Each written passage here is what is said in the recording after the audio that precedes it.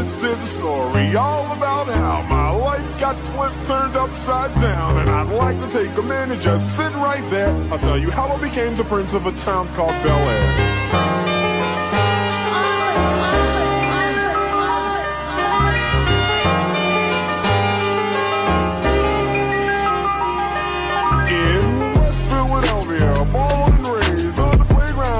Spent most of my days chilling out, maxing, relaxing, all cool and all shooting some ball outside of the pool with a couple of guys who were up to no good. Started making trouble in my neighborhood. I got in one little fight and my mom got scared and said, "You're moving with your auntie and uncle in Bel Air."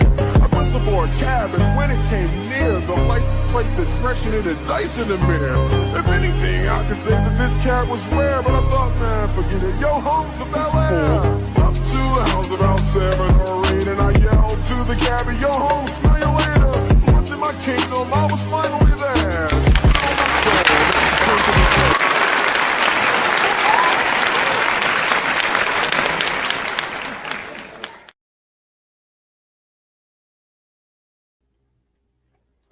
Welcome, everyone. So y'all know we've been talking about this for a while. I grew up on the Fresh Prince of Bel Air, and I was really enjoying the what do you call reimagining of it, of Bel Air. This is how you do a show when you want to redo something, when you want to repackage it, represent it. This is like a blueprint of how you're supposed to do this, and I am completely here for it. Like this is how you put a show out there. And y'all drop in the comments, how did y'all feel about Bel Air? This was season 4, series finale. We have 4 seasons of it. Now season 3 I ain't really like that much, but I feel like season 4 they picked it back up and they really brought it back to the fans who were a fan of the original show. Like, if y'all gonna recreate something, y'all need to repackage it and present it in a way for the nostalgia from the fans from the start. So come on in, hit like, hit subscribe on everybody's channel. Y'all know I'm not here by myself, so I'm going to start bringing the other ones up from the background. We are going to start with Candy. Candy, how you doing? Hey, Kay. Hey, everybody. Kay, I love that intro, girl. Yeah, I was feeling it. Thank you. How did you feel about season 4 and the spinoff? I wouldn't even call it a spinoff. I just call a reimagining of Mhm. Bel Air as a whole. How do you think that they did? As you said in the intro, it was the hey, how else could it be done other than this way? I wouldn't expect anything else from the creators with Will's input for it to be this way. It was totally different. However, they still stuck to the plot points. I enjoyed it. I really did. This was the best way to do it. Give us what we want, and they did, and I Mm-hmm. appreciate it. I wish we could have got it a little longer, but I enjoyed it. I really did. So did I. But these days they don't be want to give people but like 4 to 8 episodes of stuff. That 10 would be pushing it these days. Right, 10 right, is right, right. pushing it. And I Um, understand, attention spans are shorter these days. I get it, but I do think we could have gotten a little bit more. We could have got at least 6 seasons out of this. they could, or at least a little bit more episodes in the season, because I definitely feel like there are some things that we could have put in there that we did not. Yeah, yeah. They Some things could have been flushed out a little more, but. right, but time constraints when they tell you got like 5 episodes, 6 episodes, Yeah. it's and then they only want to fit it in an hour length. But I definitely feel like there's some things that could have been in there a little bit more. But overall, when we say we want something reimagined and re-given to us, like a remake, Mm-hmm. I honestly think that this was a really good job. They did a good job Yes. of really paying tribute to the original series and making it fit in these times. Yes. Yes. Yes. Yep. Let's see, because we have more backstage. Tamika, How you doing this Sunday? And tell us how your feelings about Bel Air and as a series overall and this season. Hey, everybody. What is going on? Happy Sunday. I pretty much have the same sentiments as, what you guys was just saying. I liked Bel Air, and it was funny because I was like, oh, because y'all know I get annoyed with the remakes and the reimaginings. I'll be like, why do we need this? Why y'all don't have no original ideas? So I was kind of skeptical. But then when I started watching it, they pulled me in. I loved it. I was like, okay, if you're going to do it, then this is how you should do it. I was pleasantly surprised. And then they ticked me the hell off with how they put out the episodes in season 3. Season 3 was kind of like my least favorite. 1 and 2 was a little stronger for me. And then I was really disappointed with hearing that this was going to be the last season. I felt like we could have at least got 5 seasons out of this, if not just pretty much what y'all was saying, like even add on, make it 10 episodes as opposed to 8. And also, while we doing the 3-2-3, I literally remember us being backstage discussing it, like, oh, I hope they don't put the episodes out the same way. I hope we're not gonna have a time jump. And that's exactly what they did, what I didn't want. So I kind of feel like that's why I didn't really rush to watch it, because I actually just binged the whole thing literally yesterday. Well, half the day before and half yesterday, but I kind of waited, and I also think I just didn't want it to end. So when all the episodes was dropping and everybody else was talking about it, I was like, all right, I'll get to it. And I didn't want to see it go. It was kind of a slow start for the first half for me, but then the last half, child, I was emotional. I was tearing up. I'm like, no, don't leave us. This is such a great cast. It is. That's the one thing they got right Yes. with the acting. And the set design was put together really, really well.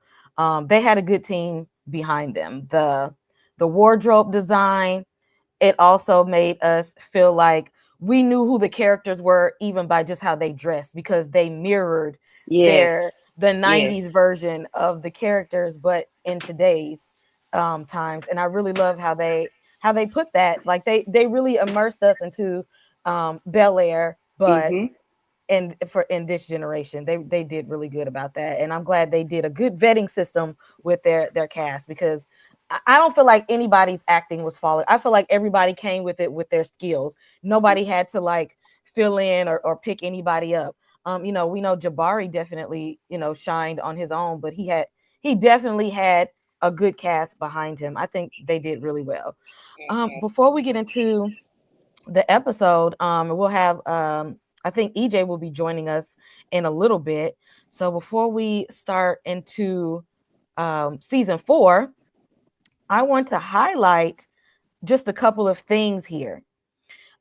I may not have all of them, okay? I may not have everything that is here, but some things that stood out to me that they um played paid homage to for the Fresh Prince of Bel Air. So we finally got the Carlton dance this season. Yes, I loved it. We got the handshake several times in this series, like with Will and Carlton, Will and Jazz. Mm-hmm. That we got the old school handshake. Let's see, what else did we get? We got OG Aunt Viv, the first Aunt Viv, because we've seen the Okay. second Aunt Viv in previous seasons, but they brought back like the OG Aunt Viv here. They brought back Tyra Banks, who was actually the OG Jackie Yes. from the Fresh Prince of Bel Air. We have Will and Carlton doing that one dance that I just find freaking hilarious. And I'm glad that they put this in here. I actually loved that moment. It's one of the highlights of the Fresh Prince of Bel Air. And y'all know when that song come on, they'll play that song in the club and everybody start dancing. Okay. And we do still yet. I mean, I don't go to the club now, but even at parties and things, we Parties, still would do that. exactly. We're gonna Family do that gatherings. dance. Okay. Yes. Thanks to Fresh Prince of Bel Air. Yes. Yes. Yes. Exactly. It don't matter. We If still we know, gonna do exact it. millennials, if we hear this song, we know what we supposed to do. Okay. Where we at? If we're at the grocery store, I ain't gonna tell no It, story doing it. exactly. Okay. We know how we supposed to act. And then one No. that I haven't seen anybody talk about, and I feel, and I need some more people to have caught this. When they were doing their prom proposals, and Eli was singing to Ashley, and with his little promposal, he Yes. sung a little piece of the song that Ashley Banks sung in The Fresh Prince of Bel-Air when she was on that stage, and Right. Will Yep. and Carlton was dancing behind her, being her backup Uh-huh. dancer. He like sung like a few bars from that song, and I'm like, did nobody else catch that from me, Yes. or was I just all up in Fresh Prince of Bel-Air like I wrote the show? Y'all let me know. Tamika, was there any other little nods to the OG show that you found? And if so, um, what was your favorite little details that they added in from the original? I love the dance. I was in here so hyped. My son ran upstairs like, Mom, really looking at the TV, looking at me. I was like, okay, y'all, go ahead, get it. And even I think at one point Viv was joining Ashley and oh God, why am I forgetting her name? Y'all know I be getting Oh brain yeah, fog. and Hillary, you And right. Hillary, yes, and you know, I think she started getting some pain, but she was doing a little bit of the OG dance in there. I said, okay, and I love seeing the original Dandada, okay, on Viv come through. I was smiling from ear to ear. I really was. Oh yeah, I definitely forgot about that one. Yeah, she pregnant belly and all. She said, "I'm gonna get a couple steps. I might not do Yep. the whole thing. You get a couple steps in there." Y'all in the chat, drop down your favorite nods to the OG show, and did I miss any of them? If I missed And some also, them paying homage, let me know in the chat. Yeah. Also, when at the end, when Tyra and Aunt Viv were talking, they did what Tyra and Will did in yes, the book. Oh no, Was it the you not. bookstore? Oh yes, yes, I am. Yeah. Damn. Damn. yes. I said yes. Yes. Yeah. Yep. I enjoyed it because it did have to be Will and a female doing it. It worked with Tyra coming in doing it with whomever. You know, it worked perfectly. This was perfect. I wouldn't ask for anything else. Yeah, we did the moms club. I remember that. Yes. And they Oh was yeah. trying to be shady. And when Carlton and Amara went to, shall we go into the chapel? I was like, That what? was yep. That was one. But please don't do it. Don't do it.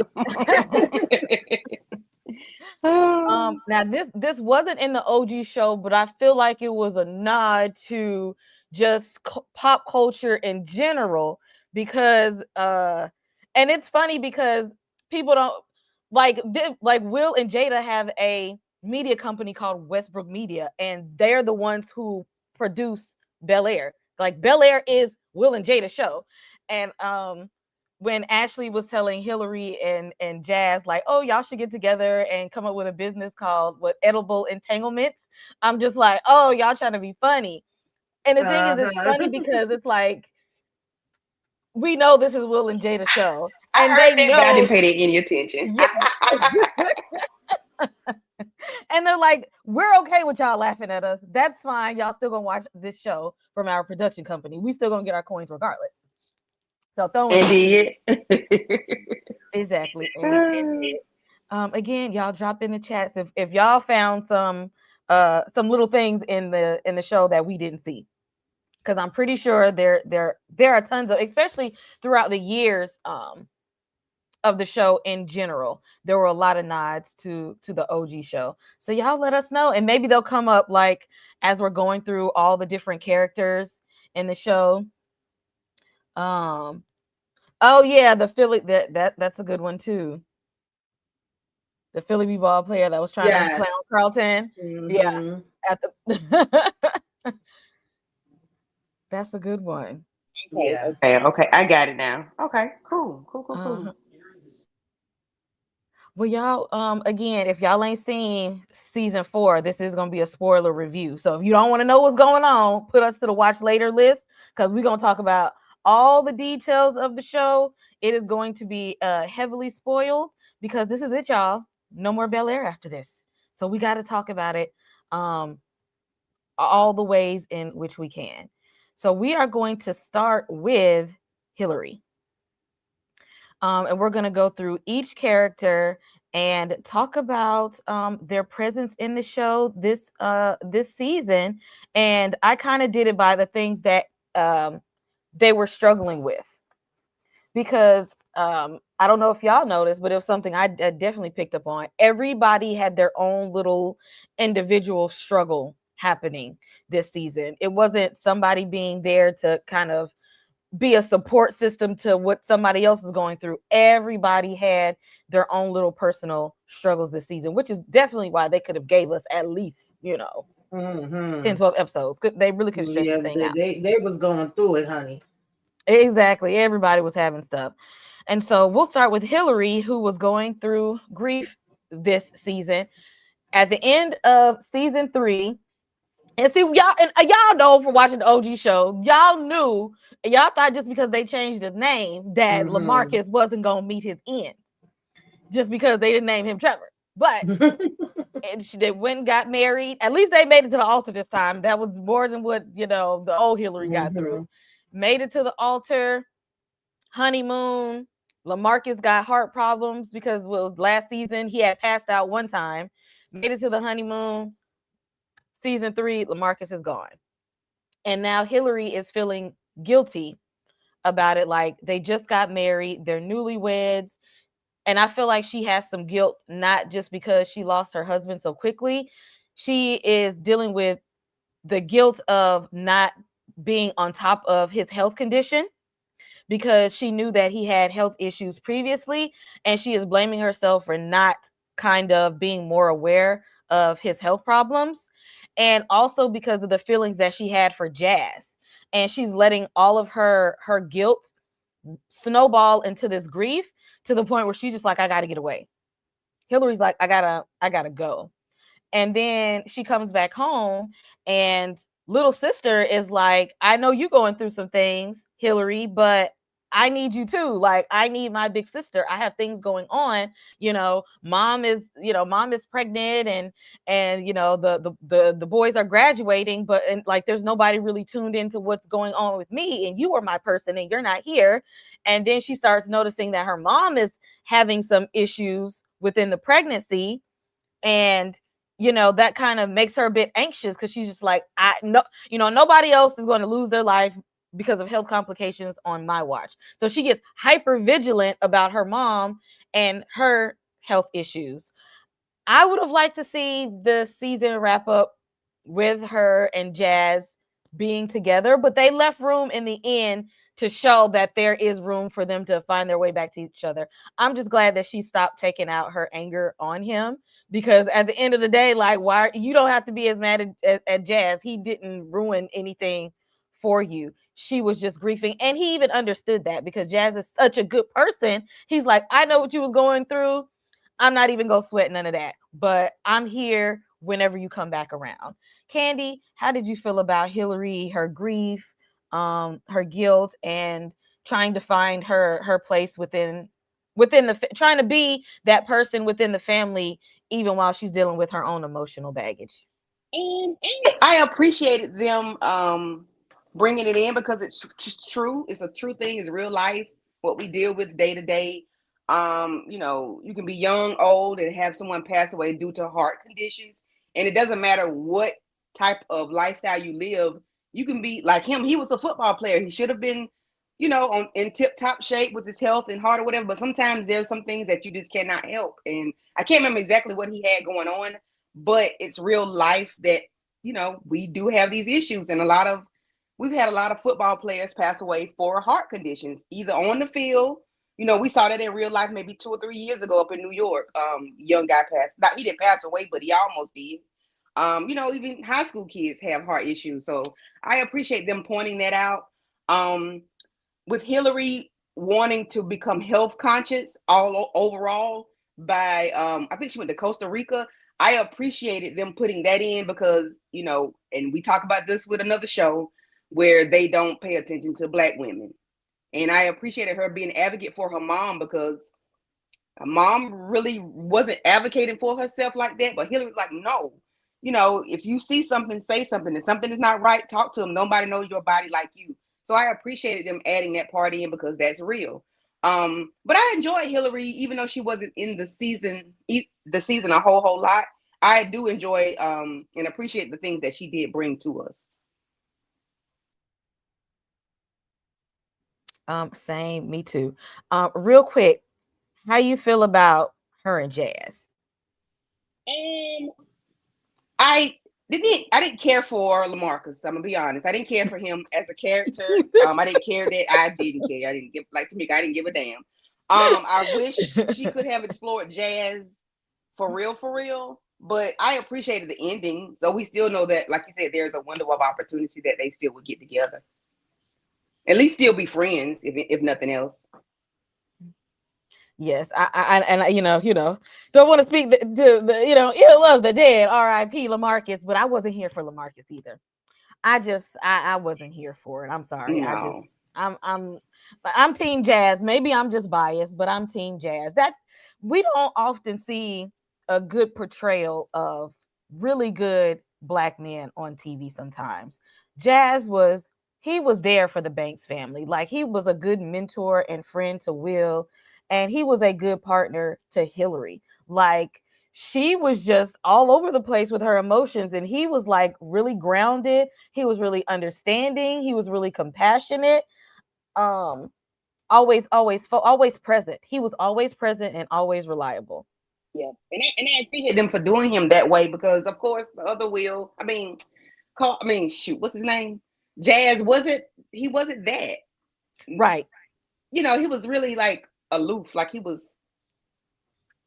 I don't know what he was. I don't know. He was just careless. I say he didn't really have anything going on, but I do appreciate that with this Jazz. Yes, we got so much more depth from this Jazz. So much more. Tamika, give us your thoughts on Hillary, her grieving for LaMarcus, her and Ashley, and then her hypervigilance with her mom and her health. Yeah, I felt bad for her. Like I can understand it because my other half, he died for complications with his heart, and it's something that happens a lot. And he looked like a healthy person, like piggybacking off of what Candy was just saying. They can be athletic, it can be young. There's really no biases where that's concerned, and we do see it, with athletes and football players and things of that nature. And it came out of nowhere. She thinking they gonna have their whole rest of their life with them. Now I know we didn't have time. I would have kind of liked to see her really, have her reaction like right after this is happening, and them we didn't have time for all that. But I would have liked a little bit more depth into that part. But it was like, okay, obviously she's still grieving, and like you already mentioned, she's feeling guilty because she felt like she was doing whatever with Jazz, and she left him and then went back to him, and now he gone. And of course that's gonna make her more aware. And like when you get sick or you see somebody sick and you lose somebody, I've been on both sides of that. Now you're more aware for yourself and for your other loved ones because you're scared of losing anybody else. So coming back home and hearing that her mom has this scare, and it's like, okay, let's get into this and find out what's going on with you. I want to give you all these healthy things. Baby, I had a cousin of mine that was driving me crazy just recently. I said, okay, girl, like we gonna be healthy, but we ain't gonna be, overdoing this. But that it's all love. And also like the good and the bad side sometimes of social media, with getting up there and expressing what was happening. She actually was able to get insight from other people where it's like, hey, that happened to me too. So we could kind of narrow this down and figure out what is going on. And again, them showing Black women in healthcare, definitely been talking about that and seeing that a lot lately. So I like that they were showing all those different aspects. But baby, when she came out her face to Jazz, I said, Hillary, no, girl, no, this is not his fault. This is not what this is about. That's not what we about to do. I was getting pissed for her at that point, but I still understood, and I'm glad that he understood. Yeah, I like how they did that because it is definitely real life. And and Hillary wasn't in the season as much because she was in Costa Rica, but every time she was on screen, they made her moments count. Yes. and let us know that she is a valued member within the Banks family. And also Hillary and Bel-Air had much more deaths than in the sitcom. So I Yeah. appreciate even a much more Absolutely. Yeah. fleshed out And I Hillary. did like her and Ashley's relationship. That's the funny thing, because Ashley worked my damn nerves all throughout, child. But I love the fact that, she knows she could go to her big sister. They can have that conversation. Yeah. She can lean on her, and she gonna be real with her and honest with her. That kind of made me think about me and my little sister. So yeah. But Ashley by herself, child, well, I'm sure we'll get to it. Yeah, I mean, we definitely will. I think do I have that? Yep, definitely have her up here next. Now, personally, me, this is one of the characters that I actually like more in the sitcom.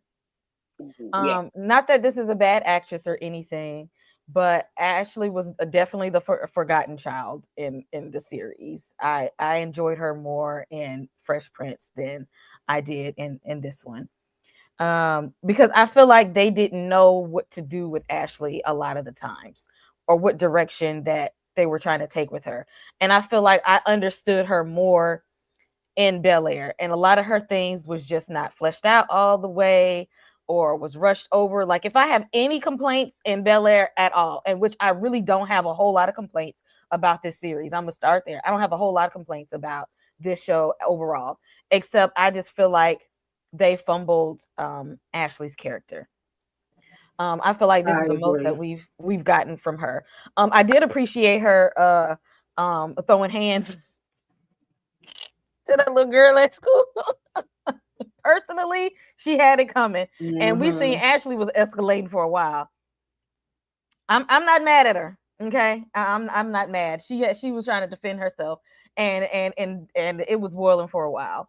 But I did appreciate that, Ashley was trying to. She's been struggling with her identity, not only her sexual identity, gender identity, but her place in her family overall, because she's the baby of the family. And when you come after two siblings that are like, that are that they set the bar very, very high, and everybody's expecting you to live up to those standards. Like in my family, like me, my younger sister, and my younger brother, we are like stair step kids. And me and my younger sister, we kind of set the bar a little high for my younger brother, who just came in and did the complete opposite of us in general. And so just trying to find her place, and then finding out there's going to be a sibling after her. So she's just like, dang, I'm not even holding cards as the younger child anymore. Like I don't know what I'm supposed to do here. I do like that they added on that she was switching to the public school, because that's something that happened in, the OG show, that she was tired of um being the token black. She was tired of being in a place where there was no cultural competency, no acceptance of who she was as a person, as a part of the queer community. She got tired of like trying to speak up and advocate for herself all the time, and feeling misunderstood, and missing her mentor, her big sister, that sisterhood that she had, because Hillary always had her back. And the relationship with Eli. Now, at first, like last season, I didn't really like Eli that much, because I was just like, I feel like you're gonna get her into trouble. But Eli really wasn't the problem. It was Ashley. Ashley was the problem all on her own. Tamika, how did you feel about Ashley Banks overall? And then they kind of skipped over, like, she was talented. Like, wasn't she a musician or something? Ashley was just. Then she was like an activist for a moment. I'm not sure what they was doing with She had a Ashley. lot of nothing going on, but you know. It Me, it was I, a whole lot. I had the same sentiments. I feel like they really didn't know what to do with her character in season 1 and 2. She really didn't have much of a place. I liked the Fresh Prince of Bel Air, Ashley, a little better than season 3. We start trying to give her some places to go, but then I wasn't feeling the places y'all was trying to have her go. I was like, Ashley, if you don't sit your little ass down somewhere. She was definitely irritating my soul and spirit. I love, like I said, the relationship that her and Hillary have. Even her and Will, I feel like had a closer relationship in the original one. Even they Yes. sprinkled it in here a little bit, but child, when she took that pregnancy test to the school, I said, if this damn girl, like, why, Sway, why would you be out here in the middle of the hall? And I was waiting for Will and Carlton to walk up and be like, wait, I know damn well you ain't get her pregnant, because they Right. already over here, like, don't you kiss her, don't you touch her. Exactly.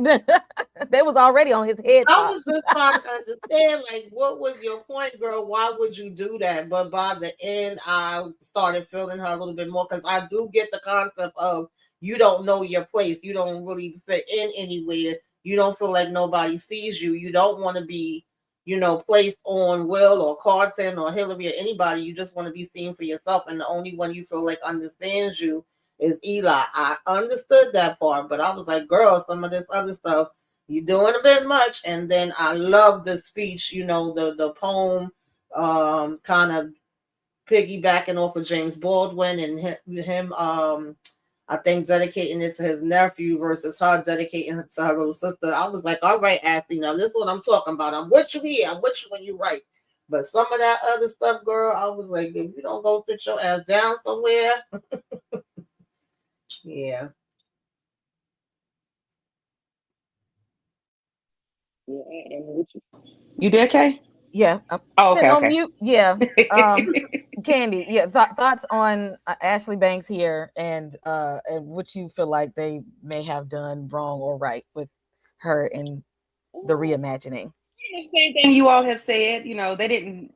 Of course, she's not going to be like the original Ashley, but I did like the original Ashley better. I wish they had have given her a little bit more to do and not so much focus on Carlton and Will, because she is there, and give her something to do, give her something else other than what they did. Because I mean, even though it's true in this time frame, in this day and age, the identity things, and not sure if you like girls, boys, or them, they, whoever, which is it's relevant to now. And I appreciate them for putting that in there, but I still wish we had have gotten a little bit more of Ashley, because at one point she was I think she was trying to sing, of course. She did the singing thing. She was, dibbling dabbling with instruments or whatever. I wish they had done something like that with her. But other than that, nothing else. She really wasn't there pretty much. But in this season, that little girl got on my central nervous system. I'm like, little girl, why? What is it? Did she took that pregnancy test? I said, is she finna fake like she pregnant and want the, and finna mess with this boy? But hell, that ain't even kids. So why are you bringing it to school? For you want to tell people? I didn't know where she was going with that, but she just had an issue because her mom was pregnant and wanted to tell somebody. Girl, you could have called him and told him that if you want to do that. I'm like, why are you taking that to school? I didn't And then understand had the nerve to confront her mother in the damn living room when they were saying they have an announcement like, you ain't gonna say you pregnant. I'm business. like, girl, That was none of her business. Like, girl, stay in the child's place, okay? Like, you're doing a little too much. But she didn't have enough to do. That's why she did that stupid shit, because she had nothing else to do. So there's that. Exactly. I feel like that was some real only child behavior. Yeah. It's a real only child, youngest child, forgotten child. Like, what is happening here, Ashley? Let's reel it back in for somebody who's trying to grow up. That was real childish. Yeah. that was childish. Moving it on to the next sibling now, because we got to spend some time on Carlton, because Carlton has been a trip every last season.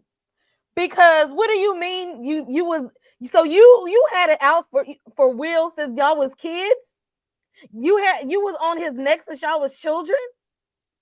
That you were so threatened by your own cousin, like you tried to detour him from getting into a good school at a young age because you felt threatened by him? Like, Carlton, I do appreciate that in the end, he decided to go to an HBCU because he's finally got it off of his chest that he's just tired of pretending. Tired of pretending to be perfect. Tired of pretending that he's okay with, with being with, again, like Ashley was tired of being the token black. Like, I'm tired of trying to assimilate into the dominant culture when I want to explore what it's like to just be me and relax for once. Like, I'm tired of trying to hold up to this one specific standard all the time, because Carlton is very much a perfectionist, and that was the reason why he had the addiction in the beginning, is him always constantly trying to be at the top, always trying to prove himself, always trying to prove his worth and his place. And he was like that from a child. And Carlton was trying to make sure he lived up to his parents' standards from himself, make sure he tries to, make sure I'm at this all white school and I have to be perfect, because, if I do anything, it's going to reflect on my family and Black people as a whole. So I have to put my head down and just go along with things.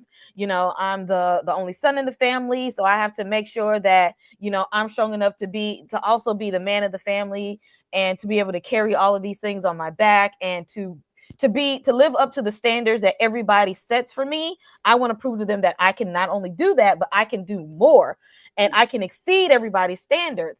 And in doing that, he became his own downfall.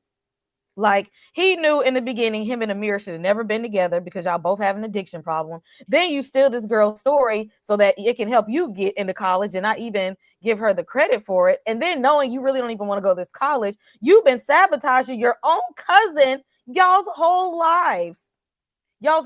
And Will had been nothing but good to Carlton the whole time. Will was a very, very good cousin to Carlton. And it took Carlton way too long to see that. It took Carlton way too long to see his only friend in life was his cousin Will. Yeah. The only person that was ever really the only person that truly seen who Carlton was Will. The only person who had ever really truly seen him. And he had been trying to sabotage his own cousin out of jealousy his whole entire life, and trying to be so perfect that you're not even speaking up for yourself and trying to figure out who you are in the end. And now you mad that you have anxiety, and then you taking it out on the only person who really saw you this whole time. Candy, how did you feel about Carlton? But I'm glad he might actually get his life going to the HBCU. Okay, come on down to the house.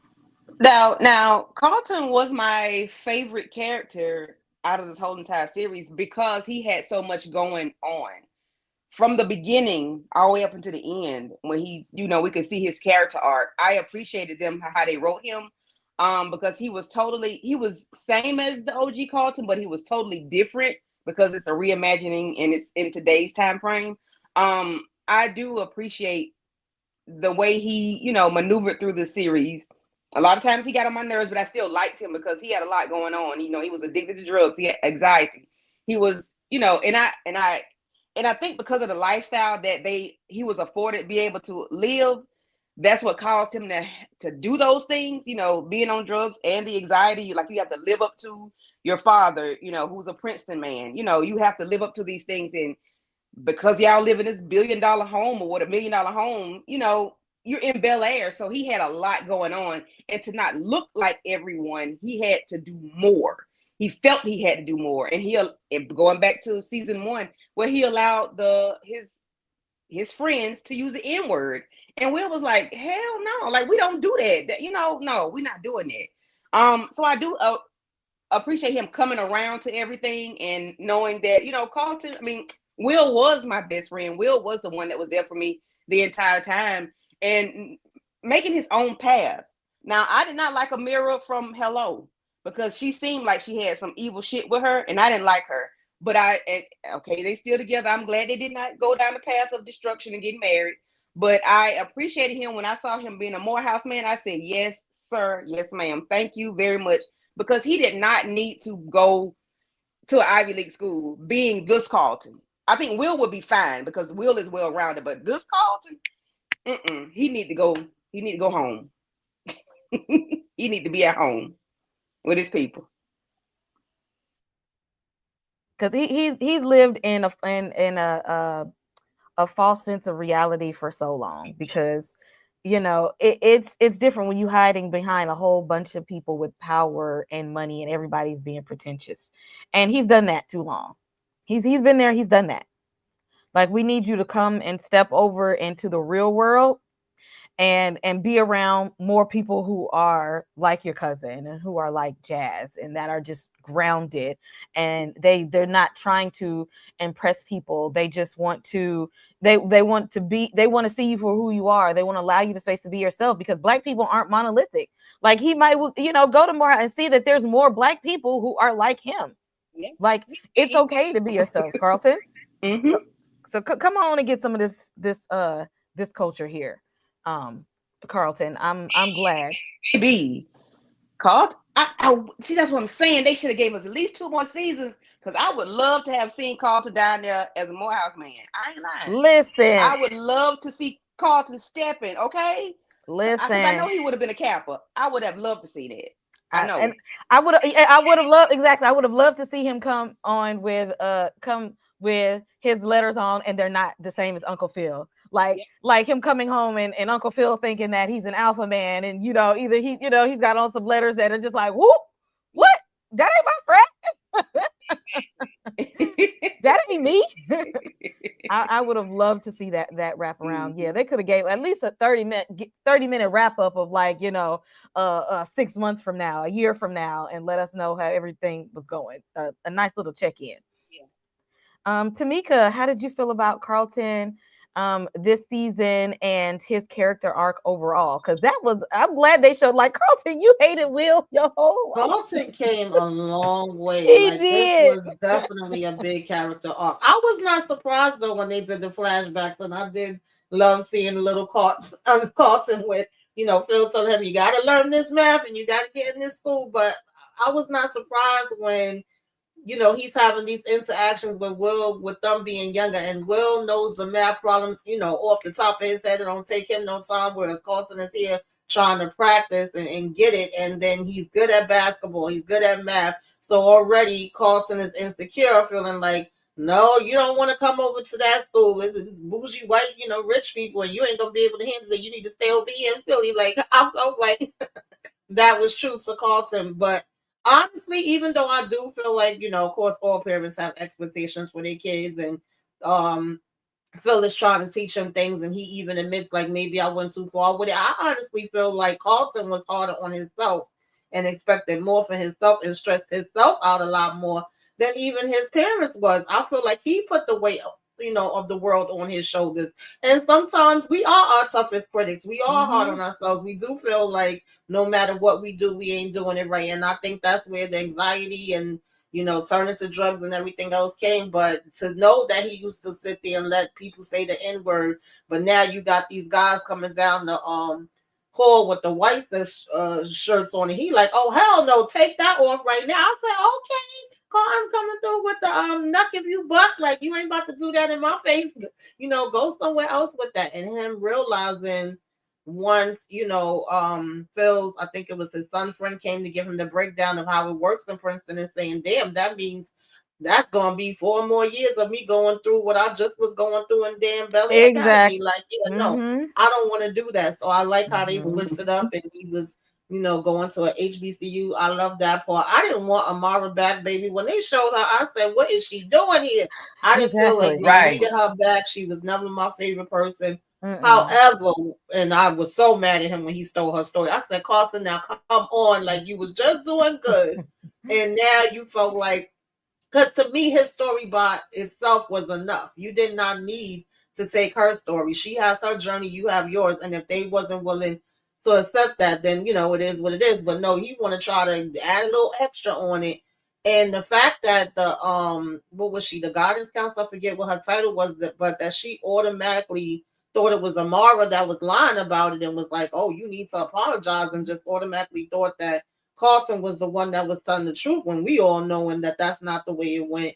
And I'm waiting, like, are you going to stand up? Are you going to say anything? And he going to her like, what do you want me to do? I was pissed with him with that part. I'm like, you out of damn line. But I did feel like later, she was bringing some truth to him, but I also was getting scared, because with them two, I feel like it's always a different high. Like, yeah, now we're not getting high off drugs, but we get high off the adrenaline. We get a high off the rush. We get high off of doing the spontaneous things. We saying, oh, it's life, speaking to us and this and that, and then the cards and all this other stuff. I said, child, no, it's really not, okay? So when they went there and then that phone ring and stopped them from getting married, and it was like, is this a sign? I was like, yes, I'm glad that they both was like, yeah, let's get the hell up out of here. Like, this is not what we should be doing. Right. But it showed some growth in her character as well. And then really the way they interacted with each other was the way I was expecting Will and Lisa to interact with each other. So I was kind of surprised with that because Lisa and Will, we'll talk about them, went a whole nother direction. But I love the fact that Phil was like, it's on you. You the one that got to make the decision. And even his mom was like, he'll get over it. It's your life. Like, you're the one that has to live it at the end of the day. So, that was the lesson he had to learn. But I loved it. I was like, okay, Colin, now we talking. You came a long way. Yes, he did. I was so afraid for him in the mirror this season. I said, "Oh God, what are they gonna do?" I was, because they was all over the place. Right, and the worst thing they could do was go to the chapel. But I'm glad they did not make it. Didn't finish it. Because Carlton then had him a new boo. Ooh. And then was trying not to let him Mira, whatever I used to call her, Ghetto Ariel. Yeah, with that red hair. Ghetto Ariel, not let her know that he was seeing somebody else. But and I don't even know how she ended up at Bel Air Academy in the first place. Because girl, why would you even be there? Right, like your family got that kind of money for you to go here. Exactly. I'm like, since when you got money? The way you was over there at his house trying to steal stuff, right. I don't know how you could even afford to be in this location, ma'am. But I'm glad. I'm just like, we ain't even need to spend too much time on her because we seen way too much of her last season because she really got me upset. And they Carlton, when once you get to the house, we just gonna have to worry about somebody else. Let's move on. Spellman is right across the road. It's time to move right on along. And I also like, I'm sorry, I didn't mean to cut you off. It just popped in my head. I also liked how, Carlton would have the conversations with Will, like, if he was going through something where he was with his dad or whatever, he would kind of point out things to him. And then when he went to Phil, when Phil was acting a whole mess with Lou, and then he had his little moment with Ashley, like there was different times that he actually was giving good advice, to the other members in the house, or he was stepping up. And then I was a little shaky, worried when he had to step up when Phil was telling him, like, I'm counting on you. I'm like, oh Lord, don't put too much pressure on him and count on him because then he may crash out. But he literally was like, I got you. I'm going to do this. So we saw that growth in like a couple of different aspects, and I did like that. Yes, we did. So I'm glad that Carlton wrapped this up before he could continue to be a villain. Before we keep going, I gotta shout some of the people in the chat. Before we get to Uncle Phil and Jeffrey here, I kind of put their stories because they were very intertwined this season, like heavily. So we can't talk about one without the other. We're gonna talk about them together. So we got Lawrence in the chat with the Lawrence report here. Let's see. Michael in the chat, how you doing? Who is this? We got Shanna MCD checking in with us. John Watson checking in. Who is this? Renee Beckham checking in. Trina checking in. Let me see. Am I skipping anybody? Oh, She Always LB is here. And if you guys have not said hello in the chat, drop in the chat, wave at us, say hey, say what's up, let us know that you're here.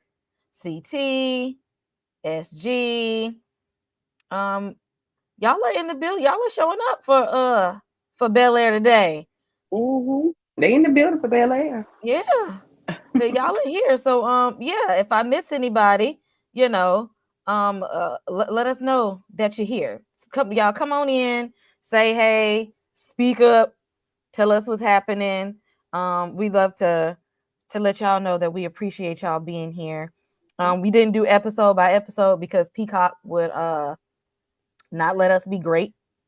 And they wanted to drop a 2-3-3-2. Let's do a good wrap up. So we said we're gonna come on in and wrap up the season series as a whole. So thank y'all for hopping in here, and hopefully you all binged it or watched it like I did, because yeah, spoiler review. And glad y'all are here again. Let us know in the comments that you're here, and make sure you hit like and subscribe on all the channels. Now, this was interesting.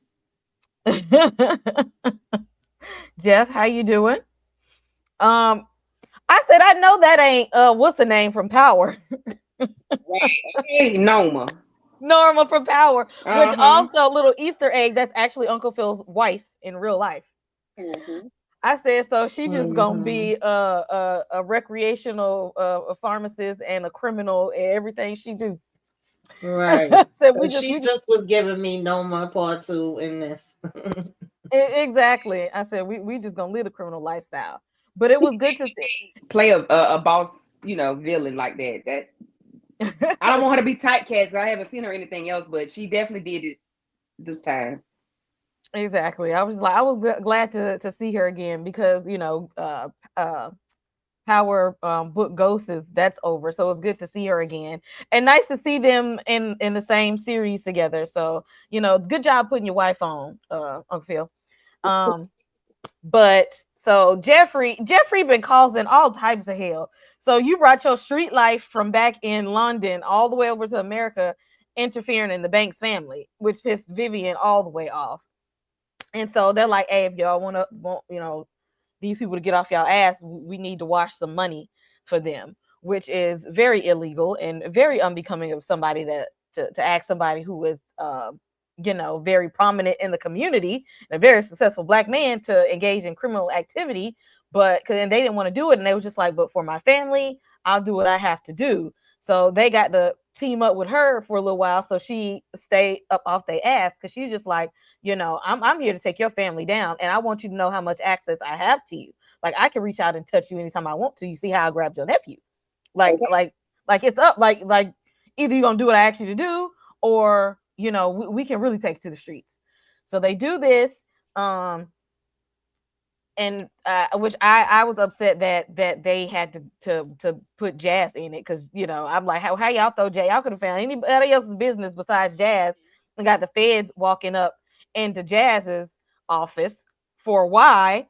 And which, speaking of Jazz, Lord, why was you messing with this old cougar lady? I forgot. I didn't think about Okay. it until just now. Just now. Yes. Oh, From Girlfriends. exactly. And married, you ain't even tell the boy you was married. Jazz ain't even that type of man to Right. be messing with somebody else's woman. He And got that Will hemmed missed the up. exactly. And thanks to Will being in everybody business as he normally is, was like, Okay. oh, I gotta say something. But Will, like, now Phil, y'all putting Jazz in way too much he don't belong in. And come to find out, this lady in this series, I don't know what her name is, Norma, is Jeffrey's sister. Mm-hmm. And this was all a ploy to get him to come back to the family business, because she see he want to, do well for his life. He done found him a new family in the Banks, and it's just like, she's like, this ain't your family. You need to come back to me. We your family. Come back over here with us. I mean, I know we live a life of crime, but whatever. At least we're family. You know what I mean? Like, them people don't love you like I do. Like, just come be a part of this. Just all types of manipulation. And G thought about it for a second, because Aunt Viv ain't want him around, because she felt like he was a risk. Like, oh no, we got another child coming, and you'd already put the other ones at risk. Mm-hmm. We don't need this in our life right now.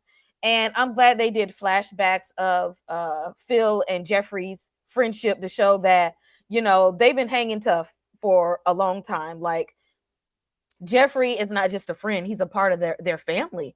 Mm-hmm. And one thing that they did do with this is they kept the situation with Jeffrey and Norma and washing up this money. They kept it away from the kids. They Yes. did open up. I'm glad he told Jazz what was going on, so that he had plausible deniability.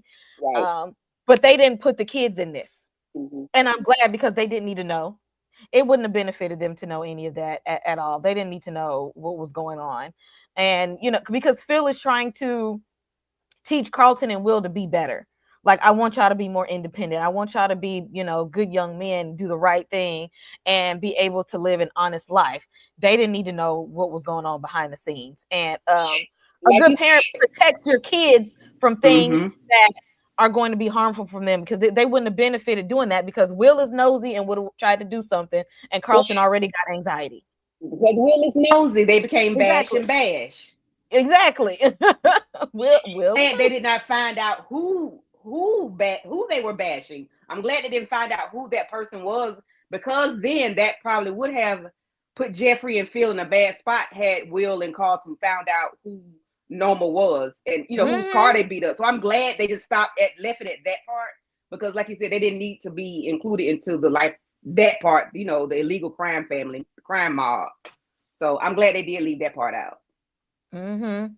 I'm just like that. We didn't need to have a because they have a lot of family meetings. We didn't need to have a family meeting about that.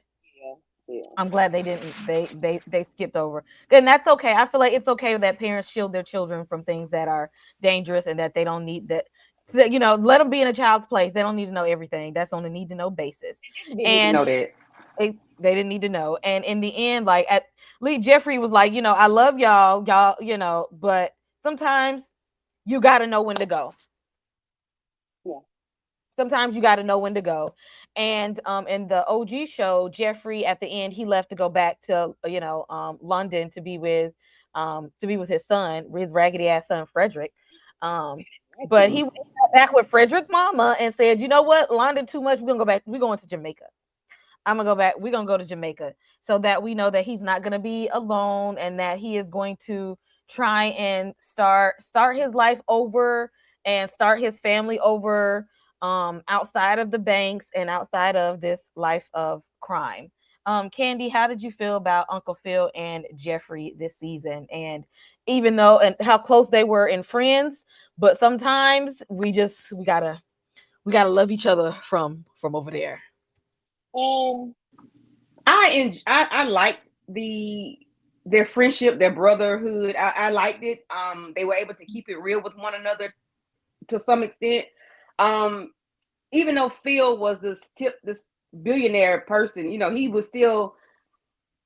he was reeled into the life of crime that he should not have been a part of. But you can still be reeled in, no matter what level you are. You can be low or high, you still can get reeled into life of crime. So I appreciated him going to uh Lisa's father to get assistance with this, because he didn't need to get wrapped up and caught up and locked up for this, because that was nothing he had. He was just trying to help out his friend and keep his family clean and clear out of it. But so I did like that he was still able to get in and get out, unscathed. Um, I appreciated them fighting it out, even though they were boxing or sparring or whatever, they were fighting. They was fighting. They had to fight it out, and I appreciate them doing that. Like adults, what? I'm pissed off at you. You pissed off at me. Let's fight it out without it being that way. But we know that's what they were doing. Um, Him being the godfather too. I think he's the godfather of all the children.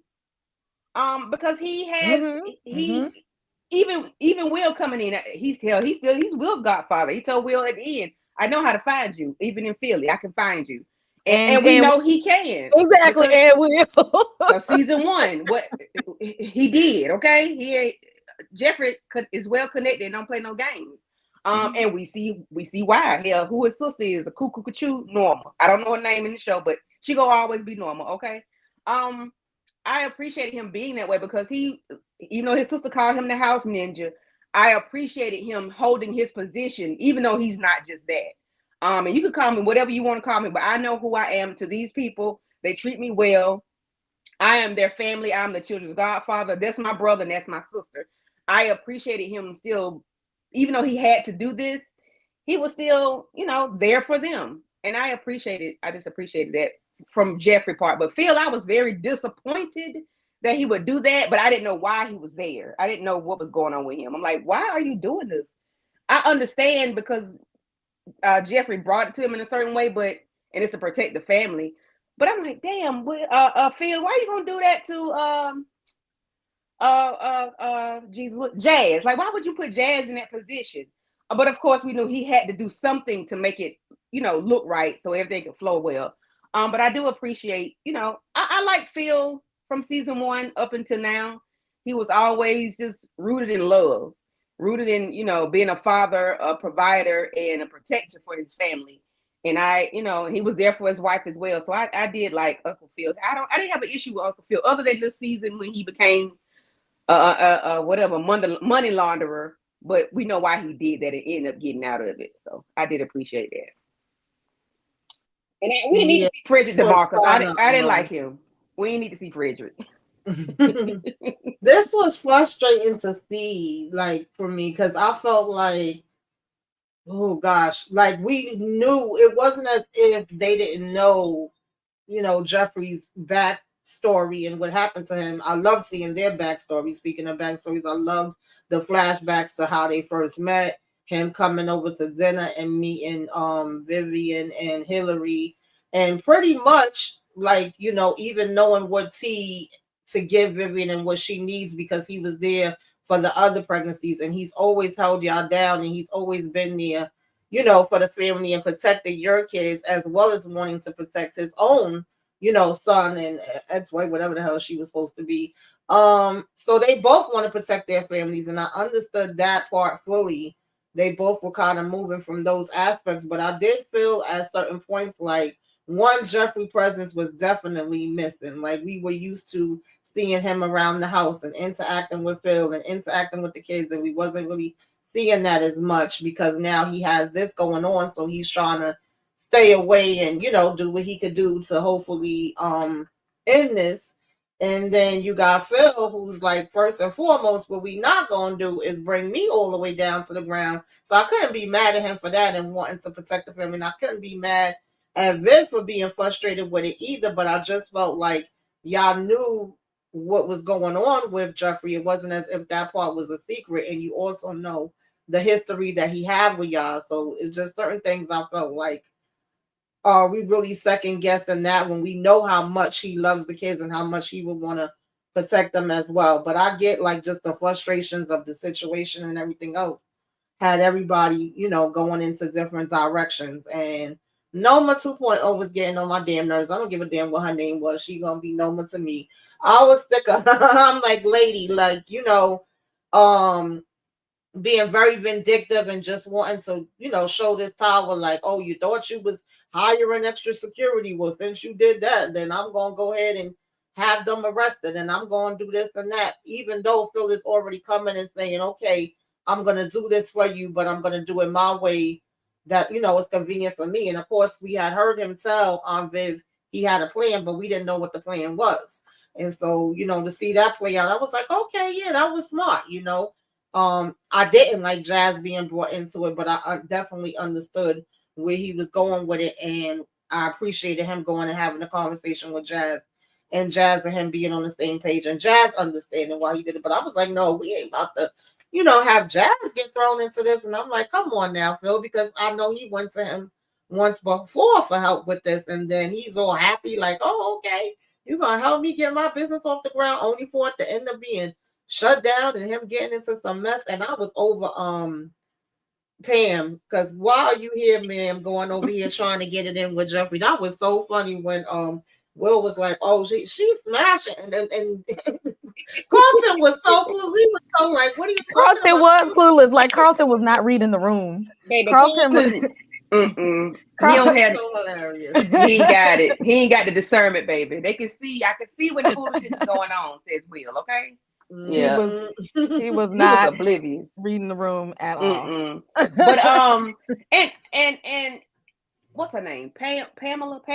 Uh-huh. Did y'all did she know about Phil doing it, or did she just say, well, I know how you can get help? And remember, she had got a red flag about it. Like it came across, which we later found out that he did that on purpose, but she had got flagged about it. And the same time that she finally admitted what was going on with her and Jazz to Aunt Viv, she said, oh, and I'm sorry for what's going on with y'all too. And Viv was like, what are you talking about? Nah, that's got to be a mistake. And she like, oh, okay, girl, yeah, you right. But, in other words, she was giving her the heads up. And, of course, that's when they end up coming and knocking at Jazz's door because they picked up like it's something going down. And she did know? Because I think you broke up a little bit. So she did know? Yeah. Okay, so that's why she slid that little, to Jazz. Okay. EJ, welcome in. Hey We are just finishing up with Uncle Phil and Jeffrey. I put them together because their stories were very, very intertwined. Give us a few words about their wrap up. This money washing, money laundering scheme that they had going on. Norma 2.0 over here trying to bring Jeffrey back to their family business. Um, and Jeffrey, deciding that it was time to go, and him leaving to go start a life with Frederick's mama, um, in Jamaica. Let us know how you feel about these two. Okay. Yeah, first of all, what's up everybody? What's up? What's up? What's up? Listen, this was cool. I mean, I'm literally just finishing up like I started late, y'all, my bad. But I'm just finishing up and I don't know, I didn't see the twist coming at first. Like Uncle Phil had set this up from the jump, but I should have known that he was going to protect himself at all costs. So I love that part. I was a little shaky about Jeffrey for a minute. Like I didn't know what G was going to do. I was like, I thought he was about to turn the tables for a second, but I'm glad that it all worked itself out. And I'm glad that Uncle Phil was on top of it. And yeah, Noma 2.0, that was something else. I was just like, girl, stop. You didn't win then. You're not going to win now. But I love their friendship. I loved how they gave us a throwback of how they met, and how he literally became part of the family and why they are so close. And I thought that they did such a good job at really bringing that particular part to life because, I mean, from the moment we got this new reimagination, I didn't know how the heck, Uncle Phil and Jeffrey, like what their real connection was. So I loved how they crossed that over throughout the season. All on mute. I did too. I'm really glad that we got to see their backstory a little bit and how they first became friends, so that we understand how wrapped up in the Banks family like he really was. Like he was part of their family. The mark is in the chat. Yeah, a good wrap up scene with Jeffrey, Penelope, and Frederick. Although don't nobody want to see Frederick with his grown looking ass, looking like he about the same age as Jeffrey.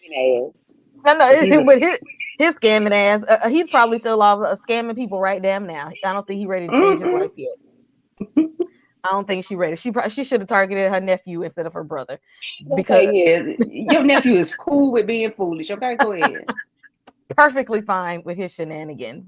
Y'all, we got some trivia that we about to crank in here next. So I want y'all to turn y'all's thinking caps on. We gonna roll back this intro because we got getting close to 30 people in the chat. Y'all cop in here, say hello, do all the things. EJ just joined us, so make sure you hit like, subscribe on all of the channels. Everybody has a membership. Y'all join it. We're going to start doing these movie nights again. Y'all want to be there, hit that join button on memberships.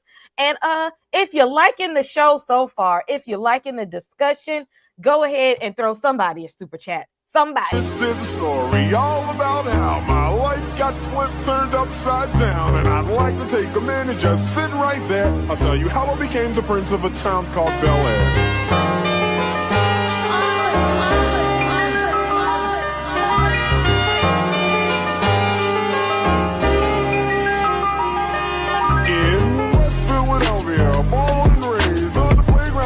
Spent most of my days chilling out, maxing, relaxing, all cool and all shooting some ball outside of the pool with a couple of guys who were up to no good.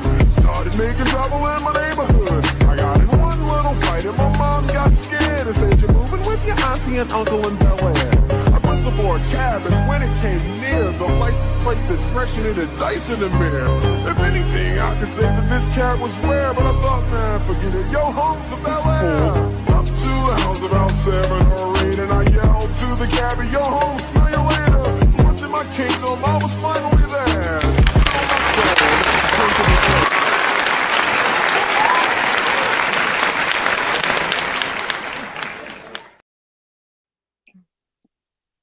Shout out to DeMarcus.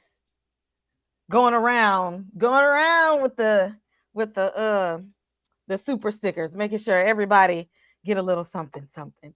Let me blow this up just a little bit, cause the way I need to see this, I Right, might I not need know. to move a little closer. There we go. All right, y'all. Now this trivia is Fresh Prince of Bel-Air trivia. So because the way my memory is set up, I can't remember all the details of Bel-Air from season 1 to 4. But let me tell you, I know the Fresh Prince of Bel-Air like the back of my hand. I am an 80s baby and a 90s kid. So I know 90s TV sitcoms. That's how I grew up.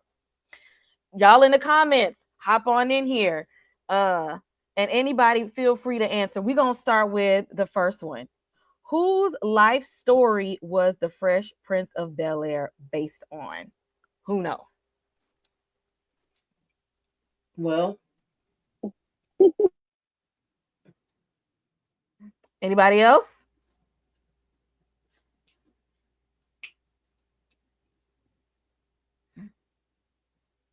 Anybody in the chat? Whatever Tamika said. Who was What did Tamika say? the Fresh Prince of Bel-Air? And somebody in the chat got it. Benny Medina, Okay, yeah. producer of the show. Actually, this actually was based on his real life story of him growing up in West Philadelphia and getting in trouble, and his mom sending him to live with his wealthy family in California. Somebody got it. Well, I knew that's what it was, but my child called my cell phone and it messed me up.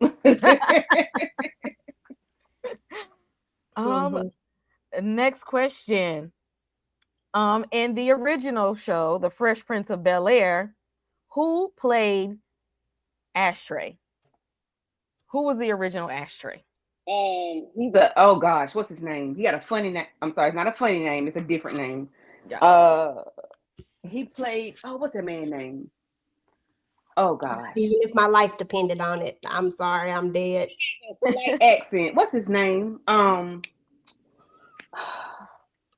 can't think of his name, but I know what he looks like. He's a dark skinned guy. And he played in the oh gosh, what is his name? He played a basketball player from New York one time in a movie. And what's his name? I'll give y'all a hint. He was War Machine and all the Avengers movies, and I want to say he was in A Lesson Before Dawn. That's it. Yeah. Don Cheadle. Yeah, Don Cheadle. Yeah. Thank you, DeMarcus. There you go. I knew the last name was different. I just can't remember. Next question. Who sung at Baby Nikki's christening in the OG?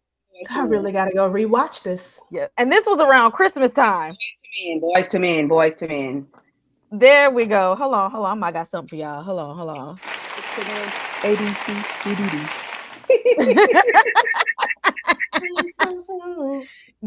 It was Boys to Men, and they sung Let It Snow. Let it snow. Will was all up in the studio acting like he knew them, pressing buttons and stuff. Right. And love like, that I episode. remember you. Because he had messed with somebody's girl. she messed with this guy with some big lips. Oh. I'm like, well, you about to get beat down, okay? About to get jumped by Boys to Men. Now, everybody better know this one right here. It's the only one I know. How did Trevor pass away? Hillary Banks, will you marry me? The only one I know. Trying to be extra. Right on national television, and poor Hillary didn't even understand what was happening in that moment. Everybody else was in shock. And it was like, I can't believe this just happened. And Hillary is just like, yes, Trevor. I'm like, why would they do that? That was horrible. Why would they do that? Now that would not play out today. That would be an N-O. Hell no today. Okay. And yeah, Belle Biv DeVoe was also in the Fresh Prince of Bel-Air, and Will was all in their way too. Always meddling. Didn't get the furniture put back in time. Painting on the wall. Yeah. I'm telling y'all, I loved Fresh Prince of Bel-Air. Yes, Trevor passed away trying to be fancy with his proposal and go bungee jumping. That was at the point in my life where I said, you know what? I know one thing I'm never gonna do. Facts. And Hey, that's Inga bungee Binga. jumping. Hey, Inga. Never ever doing it. Never. Thanks, Trevor. Last question, everybody. Who produced the theme song? And we just listened to it. I ran it back. Just y'all can be ready. Who produced the OG theme song of the Fresh Prince of Bel-Air? To that man.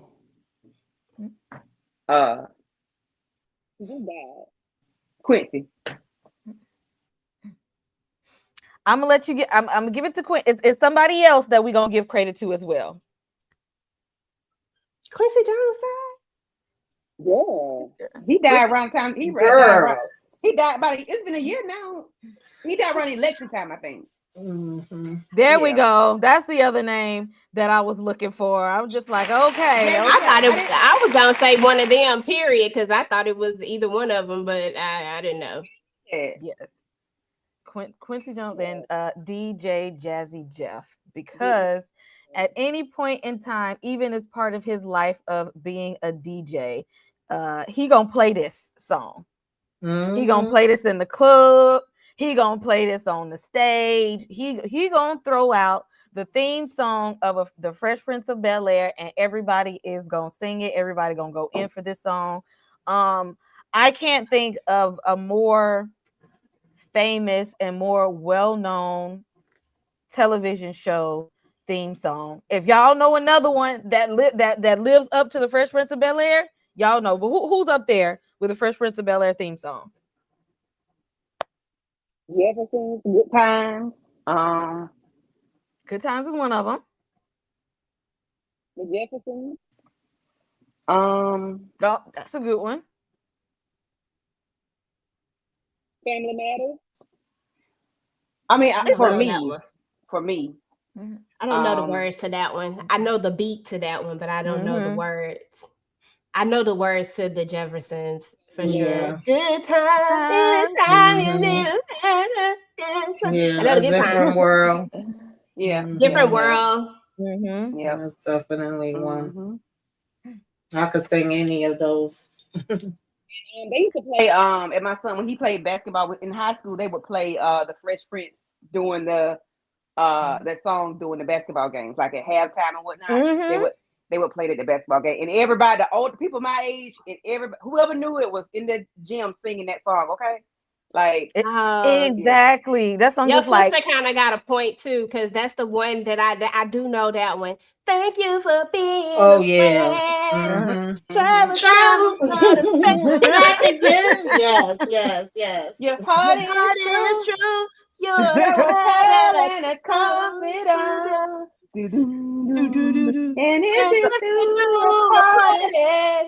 so ain't nobody gonna throw out invited everyone you knew. Different strokes in the Brady Bunch. Y'all ain't gonna throw them two out there. And the world don't know the Brady Bunch. The beat of this old drum. Exactly. May not be right to come.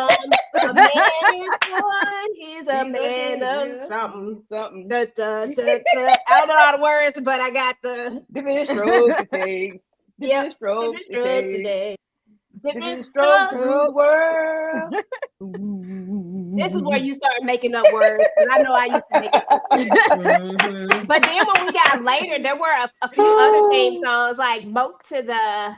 Eat to the, but I never know do the words though. I just yeah.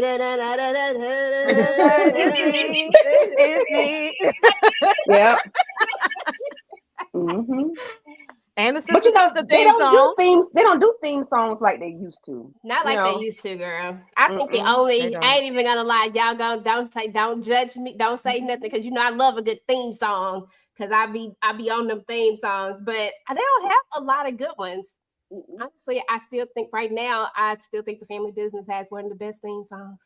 And I think Outside maybe because of of network television, they don't really they do Yeah. music or whatever. Like you'll mhm. just hear some music or whatever. It's never a Yeah, it's never a song. thing anymore. It's just like, Hmm. yeah. I'm trying to think outside of Power, what other radio theme songs that they playing on the radio? Because they're gonna always play the Fresh Prince of Bel Air, but they'll play Power theme song Yeah. on the radio. Because it sounds like a radio song though, so it don't even really sound like, it don't sound like a theme song, like Mhm. how the song like Fresh Prince sound like a theme Mhm. song. The other ones, they all sound like a theme Mhm. song, but 50 Cent songs sound like 50 Cent songs. I'm sorry, they don't sound like a, I mean, I know that. And I think a lot of those theme songs were written by the same person too, if I'm not mistaken. I have to go back and look, but because me and my homeboy would always go back and forth about theme songs, and I Oh think a lot yeah. of them were written by the same person. Mhm. Mhm. That's what's up. Mhm. Oh yeah, they don't make television theme songs like they used Not to, like they y'all. used to. Like They y'all ain't forgive nothing us. like it used to be, Mhm. okay? We all some Yes. Yeah, the TV movie junkies here. soundtracks was fire, okay? Yeah, Sleeping, we they can be talk about that sleeping on all day. those too these days. Exactly, sleeping on the movie soundtracks too. And Uh-huh. so Waiting to Exhale is 30 years old today. And I promise y'all, I still think that they had the best soundtrack like ever. And it's like one of the best soundtracks Mhm. that was ever Mm-hmm. made, in my opinion. I literally know like damn near every song on the damn Waiting to Exhale soundtrack was so great. It was beautiful. Yeah. Boomerang and New Babyface Jack ain't City. play. Mm-hmm. Absolutely. Yeah, I think Robin Yeah. Thicke's dad did write a lot of theme Mhm. songs back then. Thank you, Yes, he Oh, brother. okay, I did. didn't know that. Mm-hmm. That's what's up. Yeah, he did. Oh, Living Single had a great theme song too, but I think it all goes back to an Mm-hmm. era. Yep. Mhm. Mm-hmm. Hmm. I think it's Boy, dealing yeah. with. Look, I think you it's dealing had to with be there. budget, but I think it's dealing with budget. Um, a lot of things like I think it's dealing with like the money, the network, and the attention span. Because like we can sing the whole theme song. They don't have that anymore because the attention span is short now. Because Nobody. they put the skip button in there, Candy. You know what it Well, is. Mhm, that They they put too. the did, skip and button in there. supposed to skip the theme song. You play that all the way through. And Listen, now, it's Welcome to Daria's theme song is rocking right now. Just girl, okay, that thing is long. because we I ain't heard a said, good theme Jesus. song in a long time. We clinging on to Welcome. That shows how much we want a theme song these days. Power Force. Exactly. I like Power Force's theme song. I'll listen I to that. know Yeah. Power. we I'll so listen to thirsty that. for a theme song. Okay. Mm. Money, power, Powers, sons of Senate. power, some. I don't even know the thing. I just be like, I listen to Money, it too. powder, I got that Power. money, like that. Yeah. Like we And again, I millennials, think that y'all got to goes give us back a to the theme network. song. Okay, and a soundtrack, please and thank Exactly. you. You got to set the tone for us, okay? Ease Pleasure. us in I don't there. know Like why they just gonna hit skip, girl. Like that's all that. the people do now. Just skip. How you skip the theme songs? No, I need a How? theme song. Even with the television show Sisters, I need to hear that little 5-second theme song they got. I need to hear it. I need to hear it. Mhm. I We need to need hear it. to. I like to hear the theme songs too. I ain't gonna lie. I like to hear Yeah. like at least a piece of it, and then I'll be good. Yeah, because I'll be in here like family business. One Okay. we all win. Like they be the best part. Mm-hmm. That was part of the experience of watching television shows back in the day. Is for you to Haven't know the seen theme 5 theme song of the songs. show. It eases you in there. It settles you down into the show that you're about to watch. Okay, people not putting in enough time and effort into that. Take us into it. But yeah, like you said, they Hell, let you Friends skip the had a theme song. damn theme song that I low key kind of remember. Not the whole thing, but like I remember just like you know what I'm saying? Like sometimes I think it's like about the groove of it too, like you said, getting you settled Mhm. into it. Like you kind of get hyped when the music come out, like depending on the type of show it is, of course. But like if it was a show that's supposed to be funny, the theme music was usually kind of like a bubbly type of thing that kind of just like, oh, okay, let's, you know. Remember when 50 tried to get cute and change Joe to Trey Songz and he got bullied and he changed it right back? Yeah, I remember that. We That should let you boycotted. know. We was upset. Oh, if you don't put Joe back on there, please, and that Exactly. not Trey song. Put please and Yeah, thank you. some of us take these theme songs very, very seriously. Oh, and we ain't gonna Yeah. act like all that and Keenan and Kel ain't have no good theme songs, okay? You let that play. Let it play. That's so Raven. You let that play. Okay. I'm trying to think of their theme That's songs. It's so not coming in.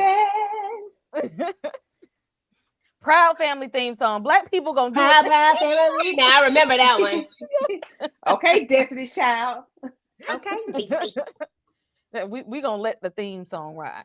So y'all excuse us, okay? We have to take a moment for us, TV fans over here because the Fresh Prince of Bel-Air was in this was in our era of good television shows, and they don't be making TV shows like this. You had to have a good television sitcom to also spawn off a good reimagining, and they turn it into a drama, and it's still good. That part. You had to have Because the made base a good matters. one. The base matters. Yeah. And I think they did a great job at the reimagination. I know some people wasn't feeling it, but I think they did I think they did a good job in casting. I mean, look at the end when he Yes. made himself older. That was like genius. Like, come on. That was dope. And they damn near looked alike too. I was like, damn, they really do almost look alike in this. I say they did good. There was good casting with this all the way around. Like good casting. Yes, absolutely. Oh yeah, we ain't gonna forget. I love Wayne's brother. We are happy and we're brothers. singing and we're We're happy and you Happy know and it. we're singing and we're colored. Give me a high five. The facts of life. The facts of life. Yeah. Yes, love it. Theme Yeah, songs were great. So yeah, I need this is a blueprint of reimagining, y'all. It's a blueprint. It really is. I honestly feel, and I don't have no inside, nothing. Like I said, I wish the show would have went on longer, but I feel like most writers know they beginning and they end, and then sometimes we got to put something in or take something out as far as the middle and all of that. And I feel like I don't blame the actors, the writers, the producers, or any of them. I feel like they worked with what they could and they put in with what they could once they found out that this is going to be the last season. And I think they did to the best of their ability, and it was unfair to them. It's unfair to us, okay? But I think they worked with it, as best they could to tell the story, because some things definitely ticked me off. Like I said, the first half I was a little, the last half, baby, I was in here starting to get a little bit tears in my eyes. Yeah, I was different crying. parts. Yes, but I absolutely love this cast. I love it. I really do, and I feel like they could do a spinoff if they wanted to. Like y'all was mentioning earlier, we could have seen Will and Carson in college or whatever. But Peacock didn't want to do it, so it is what it is. Peacock and King Rock. People would watch it if even if they did a spinoff. Like this would be a great spinoffs would be great for this. I think. Oh yeah, because there's definitely a lot more stories to be told. Because they could have gave us an epilogue. They could have said, "We got one more week. We're gonna give y'all an hour and a half epilogue. We're gonna since y'all like the time hop so much, we're gonna go fast forward and just give us a good wrap up of everything." Y'all could have did that, but they did the series wrong, especially how they released it. I'm gonna take up my gripes with Peacock later because they could have gave us a little bit more. We ain't gonna spend a whole lot of time on Lisa, but I really do feel like they wanted us to get something out of her story this season because we kept seeing her in different facets of her life. Like Amira called her out for being, a little Miss Goody Two Shoes and a perfectionist just as hard as of Carlton at times. And Amira, Amira, just because you don't give a damn about your life, don't come in here trying to make Lisa feel bad because she's done the right thing. And everybody don't want to end up in a detox facility like you did. Okay, don't be mad at her because she came from a good family, and that got into Lisa's head. She feeling like, oh, well, now I have to do something crazy because I have this really good image. Like that's a whole big problem. But peer pressure at that age is a whole other thing. And then even Lisa thinking about the relationship that she has with Will. Now I was with her on this because she's going to Lisa's also going to HBCU. I believe she's going to Howard, HU. Let's go. I'm team HBCU. Y'all didn't know. I'm always going to advocate for my HBCUs. Savannah State, stand up. Always be there for it. And Will is going back to Philly to go to a D1 school. He wants to be an athlete. And I'm not sure how many people still kicked it with their high school sweethearts, but let me tell you something. Once you go to college, like the show said, it's a different world. Especially if you go to an HBCU. They didn't lie. Once you leave, the high school ain't like college. You get there, it's a whole different world. You're going to meet new friends, new men, new networks, new teachers, new jobs, live different places, have different experiences in life. You are no longer under the guise and overshadow of your parents in your hometown. You have the freedom to be who you are and pursue your passion and your purpose in a different area.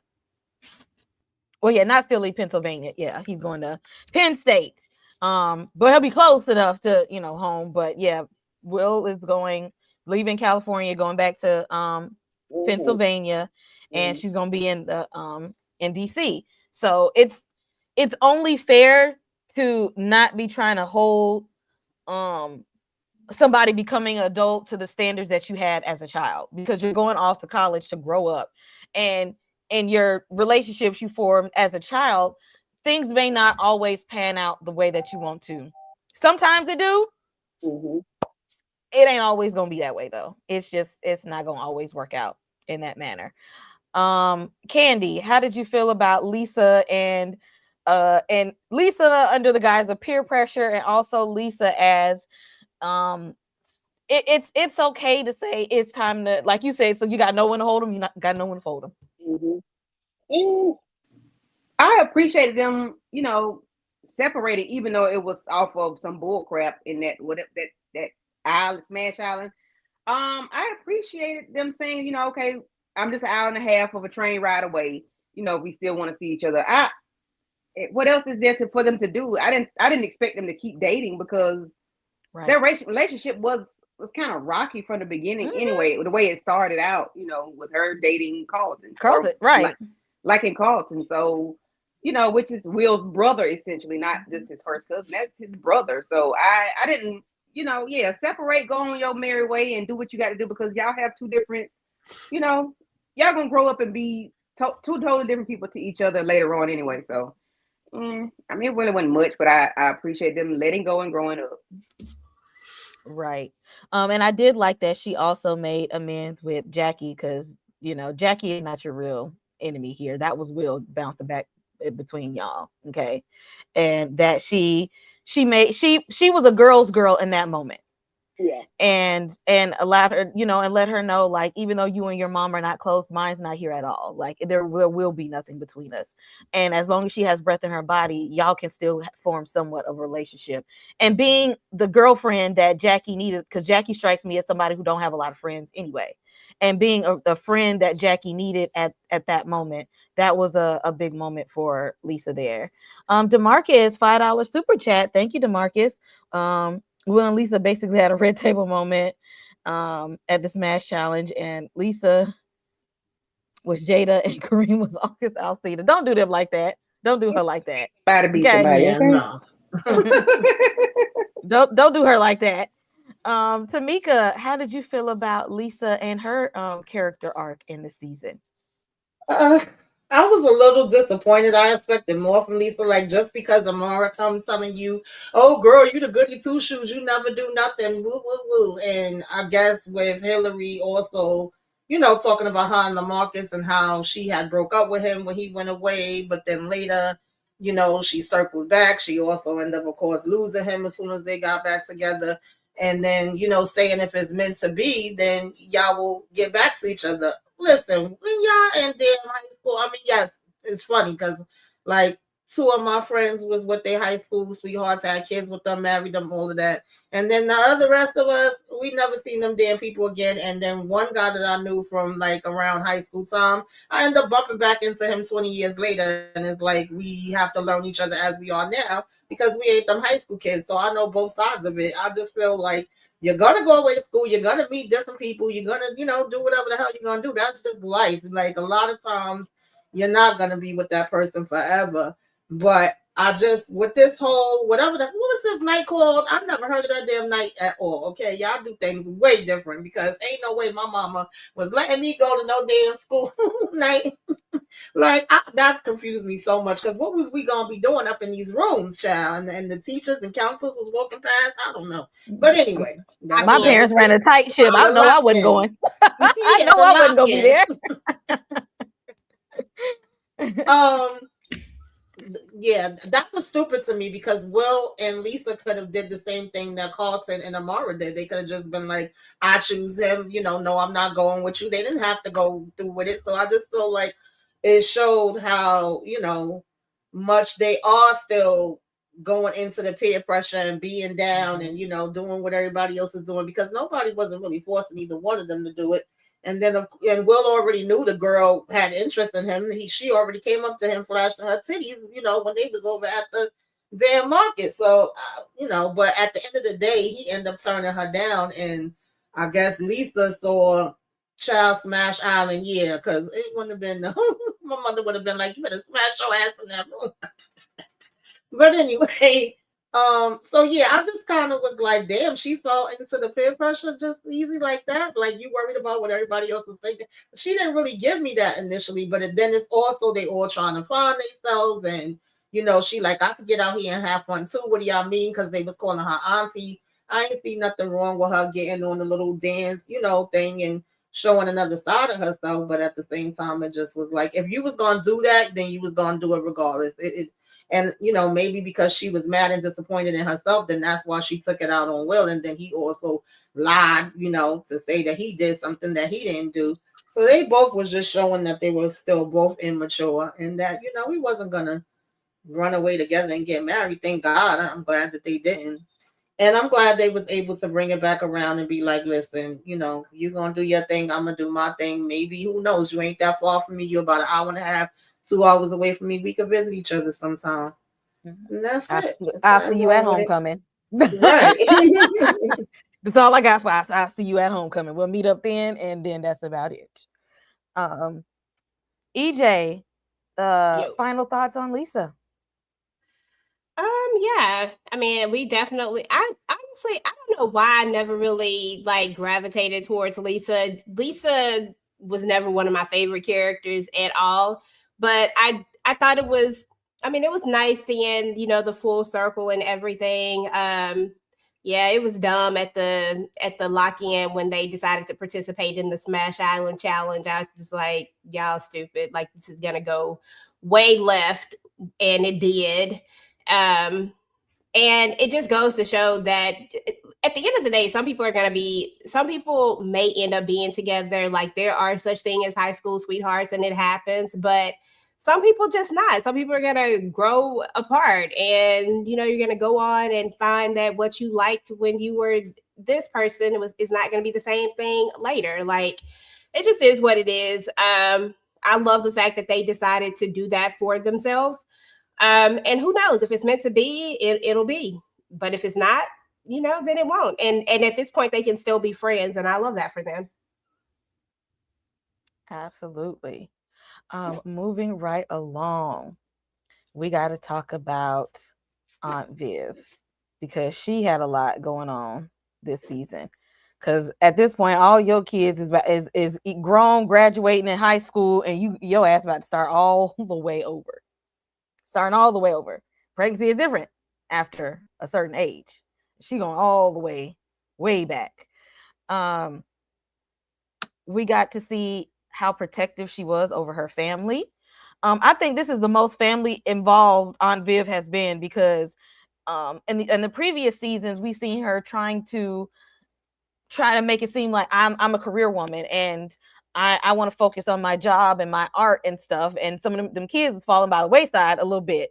And then now this pregnancy come in and she's just like, oh, I might need to see what's going on with these kids. And I might need to lock in with my family at this point. Like, the oldest child is all the way in Costa Rica. These boys are trying to graduate.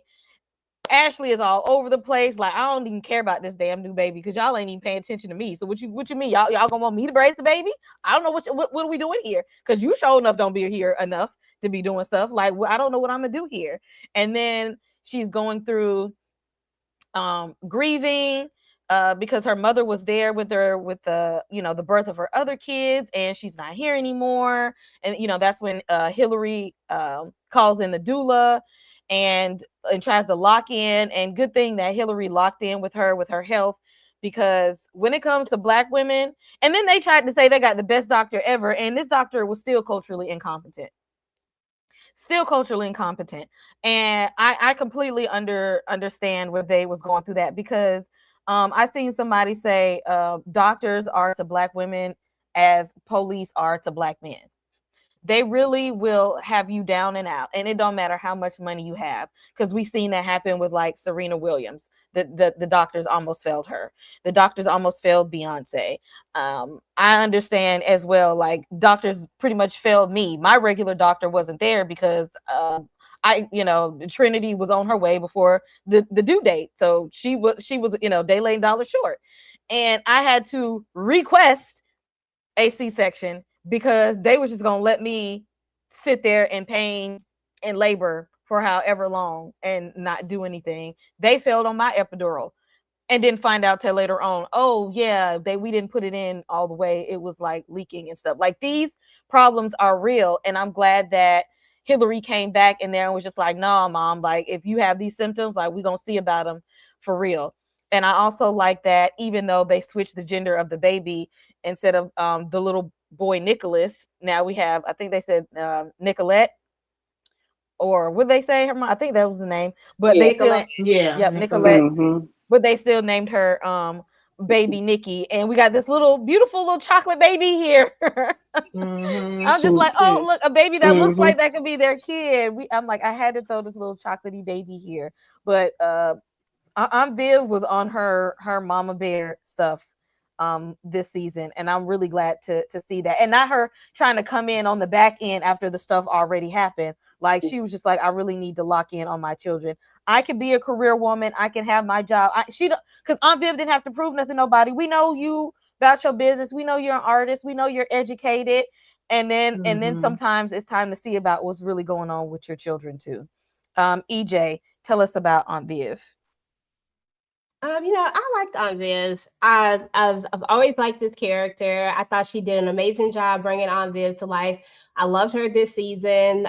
Listen, ain't no way in the world I would ever start over, but more props to those who do. There's no way though they can leave them kids where they at. Or no. Anyway, but I thought that this was interesting. I love the play on. I love that we still got baby Nicholas, but baby Nicolette.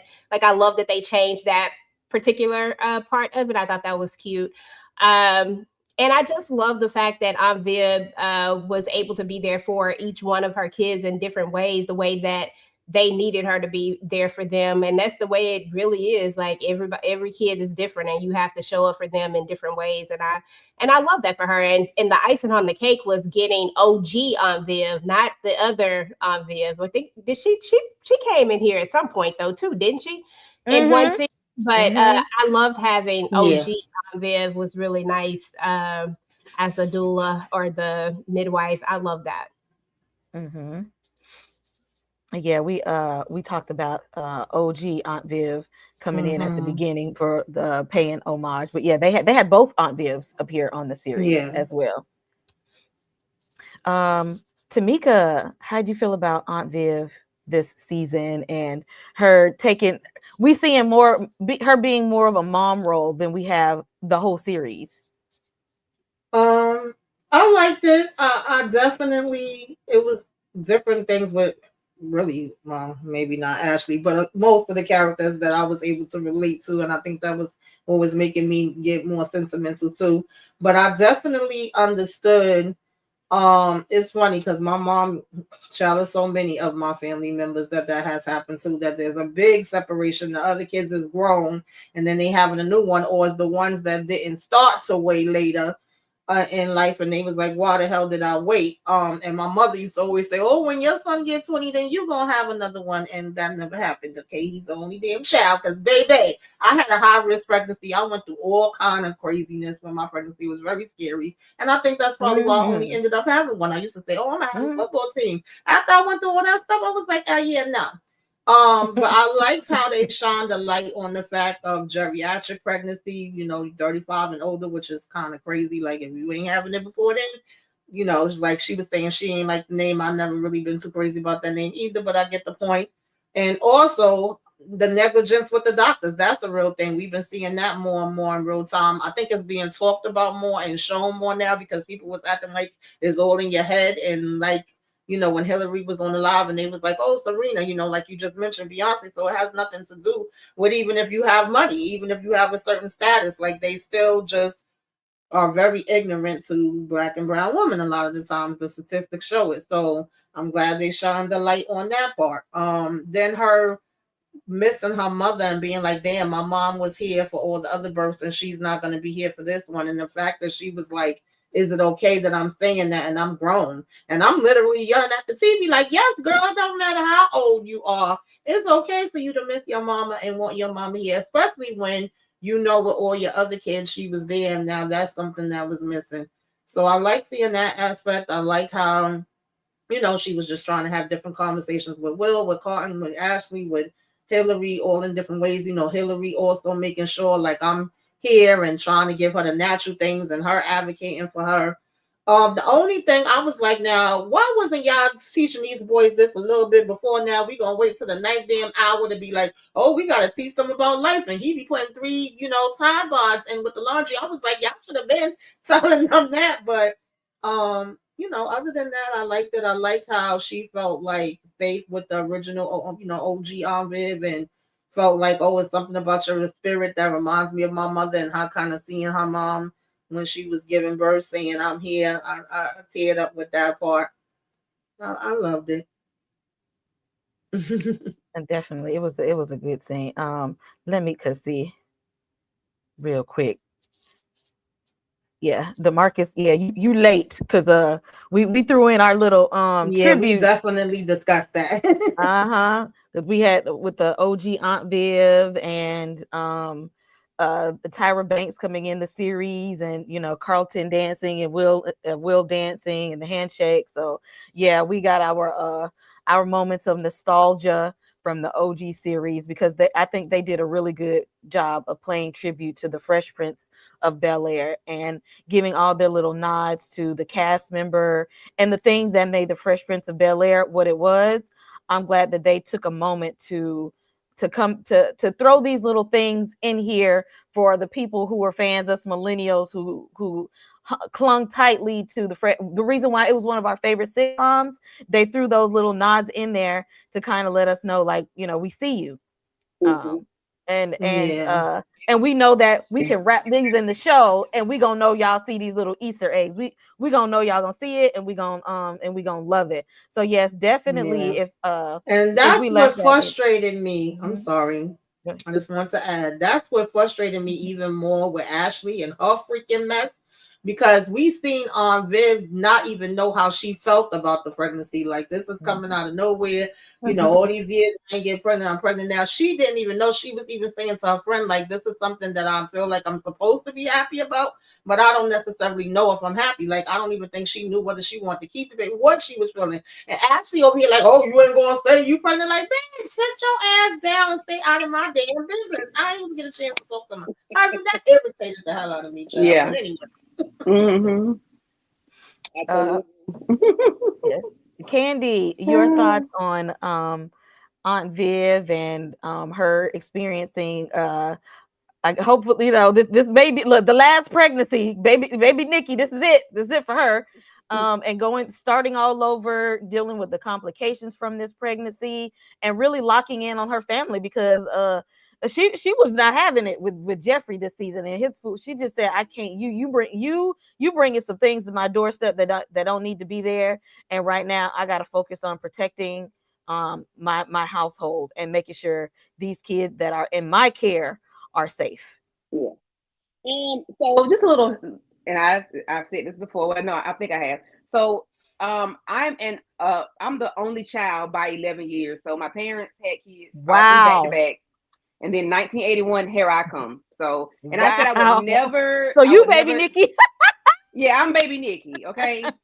But I said I would never do that to my children, and I did. My son was 16 when I had my daughter. So you started all over. So I got another, I'm Aunt Viv, and then my 10-year-old is baby Nikki, okay? So Goodness. I see Aunt Viv, I see it, I feel it, and I had all kind of complications when I was 35 with Dallas and pre-eclampsia and all that shit. I had everything going on too, child. Listen, that was the worst. Ooh, Lord. No, ma'am. I don't want no more, okay? Don't do it. But I understand, how she was feeling. She became like mother hen. Like now I'm pregnant with this child. I gotta protect this baby. I gotta protect myself. Phil got this embezzlement shit going on. I'm typing in the computer talking to Jeffrey. What will I lose when my husband goes to jail for it? She's just she's all over the place. And then it's like talking to Jeffrey, like, hey, bro, I see you messed up. Like, what am I going to do with my baby? Like, is my baby going to be my baby? Am I going to jail too? She was really mother hen this season. She honed in on the boys. Y'all need to, help Phil out because he lost his father at the age he is now, through a heart condition. If he asks you to do something, do it. Be there, be present, be there for him. Even with not Ashley, Hillary, the roles were reversed with Hillary. Hillary became the mom to Aunt Viv. Like she took care of her, and I'm glad she came back home to do so because Aunt Viv needed it. Because she really wasn't advocating for herself. She just thought she had having pregnancy pain. She was gonna let the doctor say, okay, all right, that's what it is. And was. Her child was like, no, if something don't feel right, if you see something, say something. And I appreciated the roles reversing on that. Demarcus, see, stay out the comments. That was a squirrel moment. I'm sorry. Squirrel. But anyway, Aunt Viv, I appreciated her this season because all the other seasons she was really she was trying to be a career woman behind her husband and didn't know how to navigate it. So I appreciated her being able to navigate motherhood, all over again. Right, because like I said we seen it. Like we know you're a professional. We know you can make your little couple dollars when you need to. But when you got two boys graduating, a grieving oldest child, you pregnant with another one, and the youngest one out here fighting white kids at school, you got to lock in. Okay, because your house was in shambles and didn't even know it. Exactly. And then you got your husband out here involved in criminal activity. Like it was time to lock in. It was time to check in with the household right now. And I'm glad she did. Like, I need to just set this to the side. I'll hop back in the game in a minute. But right now, first and foremost, you got to get the house in order. And last but not least, y'all, save the best for last. We got to lock in on Will. Jabari, very good job. He was an amazing Will Smith. Like, yeah, I'm here. I was, yeah. He definitely deserves a round of applause. Yes, Jabari Banks. Jabari Banks, and who was also from Philadelphia, and who in real life has an Uncle Phil. He did an amazing job fulfilling this role. I am very proud of the work that he did. He embodied who we saw in the 90s of Will Smith. He made sure he had Will's mannerisms. He made sure he had his style.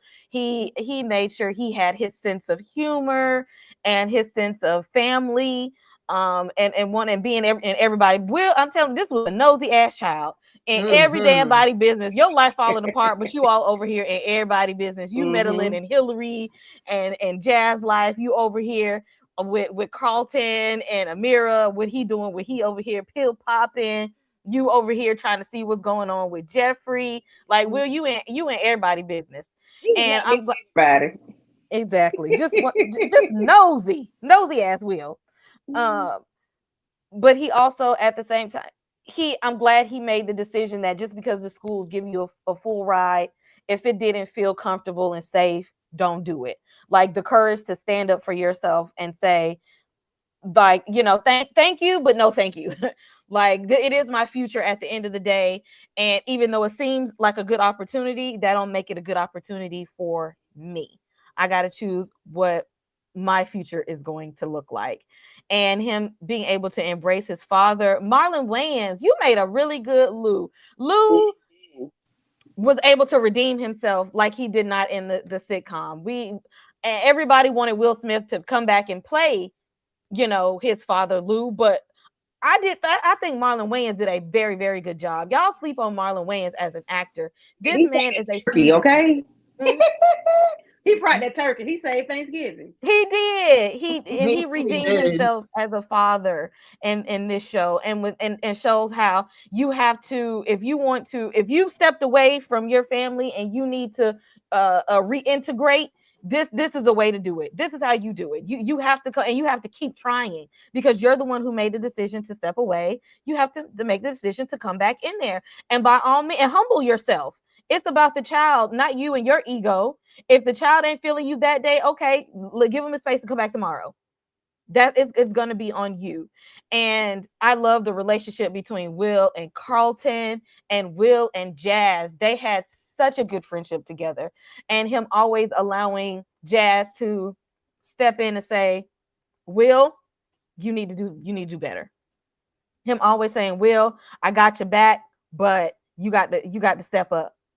And Will even being able to let Lisa go and saying, like, I care about you, but we have our own paths to walk, and I love you, but you know, I'll see you at homecoming. Will had a very good character arc, because he was wild. When we met Will, he was fresh off the streets of Philly. He had a damn badass attitude. He ain't want to listen to no damn body. He had a quick temper, and I'm proud of the young man that he became throughout this show, and that he was so, even though he knew he was setting up himself for a future, he still didn't want to leave. He didn't want to leave the family that supported him in his time in Bel Air. Like, he really had a chance to grow and see what it was like, because he was the only child and it was just him and his mom. So he really didn't understand what it was like to be able to have that 2-parent household, to be able to have another man truly have your back with Uncle Phil, because Phil had his back. Yeah. Phil and Jeffrey had his back. And they said, just because, you know, your dad may have stepped away, but you got us here. We're here now. And for they loved him without conditions. That it don't matter. You could get mad at us today, and yes, you are going to be grounded, but we still going to love you, and we're going to do anything for you. Like, we still got your back. So whatever you need, we're going to be here. We don't care how mad you are. We don't care what your grades look like. We don't care what you look like on the court. We are going to be here. And he had to truly learn that lesson. He had to learn what it was like to have a positive male role model. And I think that's what allowed him to love Lou.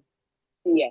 That opened his heart to love Lou, thanks to Uncle Phil and Jeffrey being able to set the foundation for him to be able to accept that male presence in his life.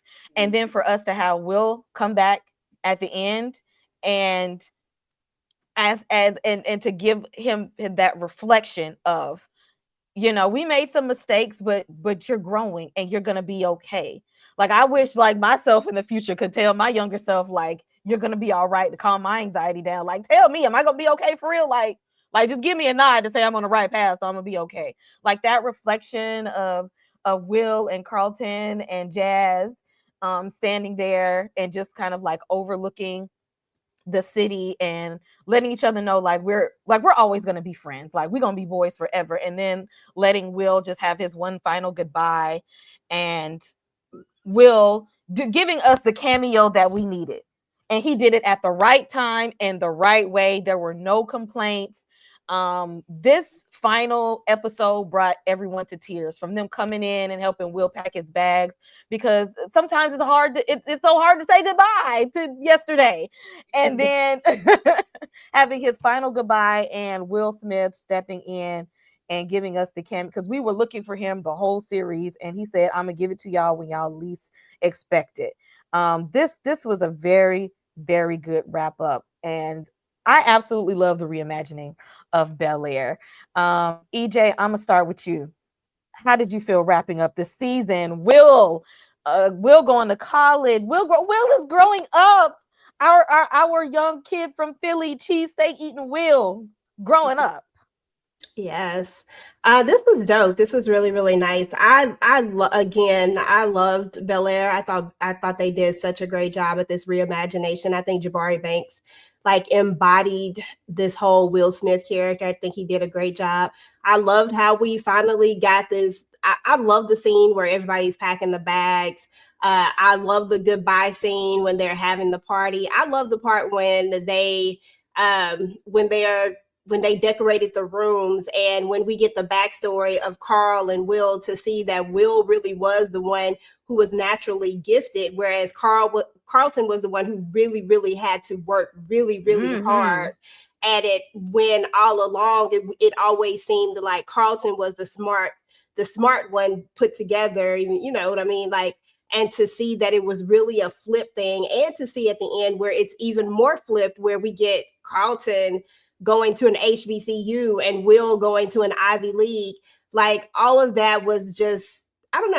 I thought that they did an amazing job at that, because it made a lot of sense. I love the cameo at the end with Will Smith, with him looking at his future self and you know, knowing that it was going to be okay. I thought it was perfectly done. I love that he and Jazz, I love the fact that they finally brought up the fact that Jazz is a grown ass man with this damn teenage best friend. Because I was like, is anybody ever gonna really talk about that? Or are we just gonna just ride? You know what I'm saying? Right. Like, And I think because, you know, in the show they were about like the same age, but I think that they did that so that he could have that mentorship, because Will was wild.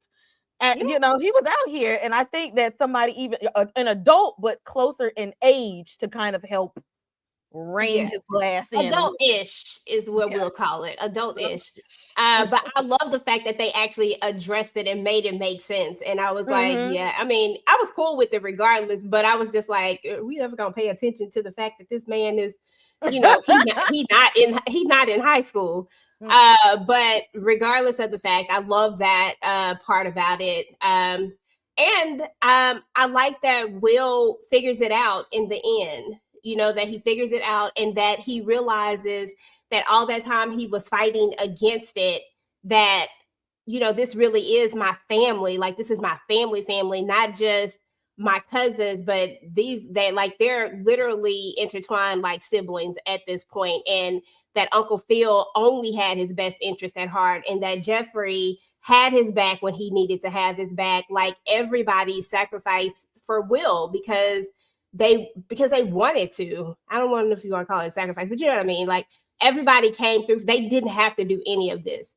but they did. Even when Will was pushing them away, even when Will was acting out, even when Will was wilding out, they still always came through, like Uncle Phil, time after time after time.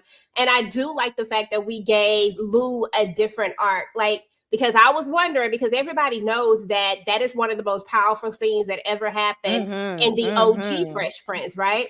That, for all intents and that was a comedy, and a lot of times we laughed at the show, but that was one of the times that you really, really was crying. And I was like, are we finna do that again here? Are we finna give Lou a different path? And I like that we gave Lou a different path and showed that there is a path to forgiveness, and that it doesn't always have to be a negative connotation tied to it. Like, it started out that way, but that there can be, like, you don't always have to, like, it doesn't have to stay that way. Like, there can be forgiveness, and people can move forward, and it can be positive, right? But at the end of the day, Uncle Phil was always a constant in his life, and Uncle Phil is still that father figure that he needed. But Lou also is somebody that he needed too, because he is his real father. But not only that, he's willing to open up his heart and give him a chance. I liked the arc of it. I wasn't sure how I was going to feel about it at first if they had did it a different way, but I did like that. And I think Marlon Wayans was excellent for Lou. I'm so glad that they went that route with it. And then as far as everything else is concerned, I love that Will made a different choice. He made a different decision. He didn't just go with the school that accepted him, but he wanted something more for himself. And I like that about him. I like that he was always concerned about his future and trying to make sure that he had one. So well done, whoever created and did all of this. I can't think right. I don't remember the names. I know there was one guy who brought the idea and then other people who brought it to life, but well done to all of it. Everybody who had a part in this. It was dope. Yes. Somebody in the chat. I need y'all. I need somebody to do some research because there is the gentleman that came up with the concept of Bel Air reimagining, and he put out a trailer for it years ago. Yeah, and, I saw that trailer. Yep, and Will Smith saw it.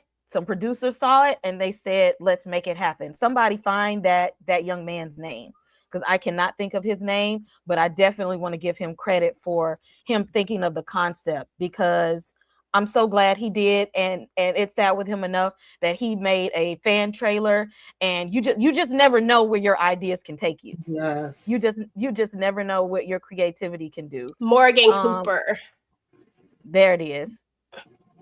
There it is. Morgan Cooper. Morgan Cooper. Thank you. Thank you, young man, for that. Thank you so much for giving us Bel Air. Shine a light on him.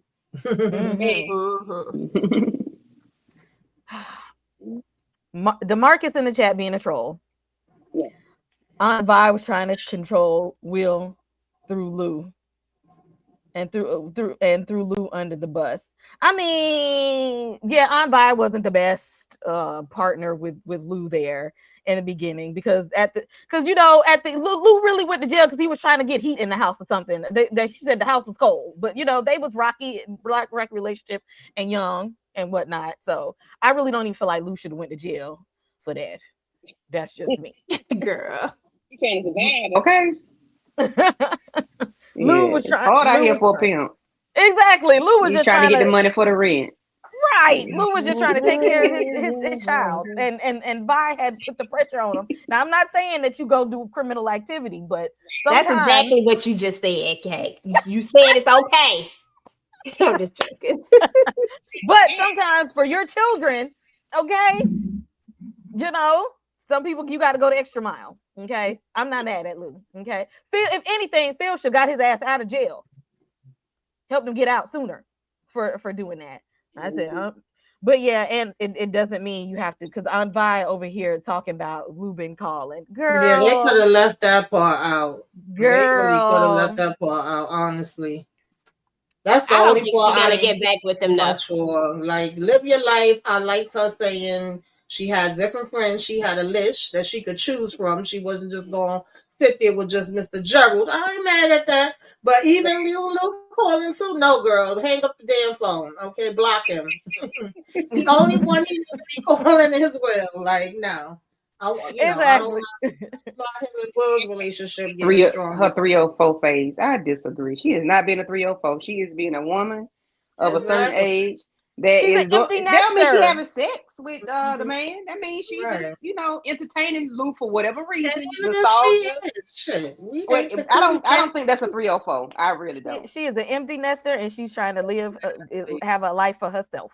Yeah, Mama gotta have a life too. Right. I didn't have no problem with none of that. The only thing she irritated the hell out of me, I said, don't come in here with that foolishness, ma, is when she was cutting Will off when he's telling her about the decision and she hung up in his face. I thought that was out of pocket, and I thought they could have left the Lou situation out. Other than that, live your life. You did what you needed to do. Your child is grown now. You said you focusing more on you taking your dancing lessons, you out here in these streets. It is what it is. Right. Tamika, your thoughts on Will? Oh gosh, it was so much with Will. First of all, Will had PTSD, child. Yes, and they dropped that story off after the first couple of episodes. I said, is we gonna get him a therapist or something? Right. He was kidnapped off the street. Like they was digging deep and they was showing us like what happened. Like that's one of the things that we should have had more episodes about, because Will was deep in the trenches of PTSD, and then they just dropped the story off after he got arrested. Like we don't talk about it no more. Yeah. That part was kind of frustrating, because the biggest thing that I remembered, and it was so funny because I think some people saying, when did Will get kidnapped? I don't remember that part of the story. And I'm like, that's the one thing I did remember. Some of the other stuff I didn't. And I kept saying, like, I hope it ain't going to be no time jump, which it was. And I was like, I hope we ain't going to act like this just, didn't happen.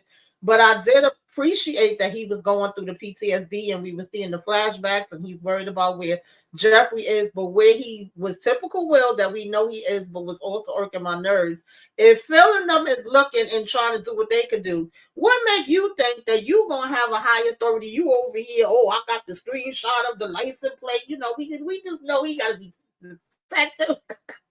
And he gotta try to figure things out. But also seeing him going through the motions, you know, at different times he's staring off into space and they like, oh, it's happening again.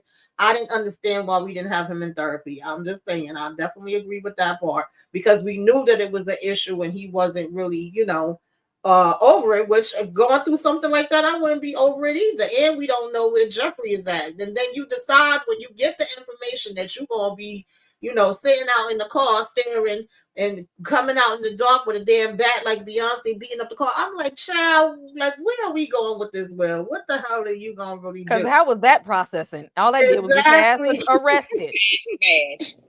Exactly. I did like that, you know, Lou showed up when he heard about it. And of course, he want to be, if I want my son to get arrested, he can get arrested in Philly. Listen, your damn son just be doing the damn most sometimes, Lou.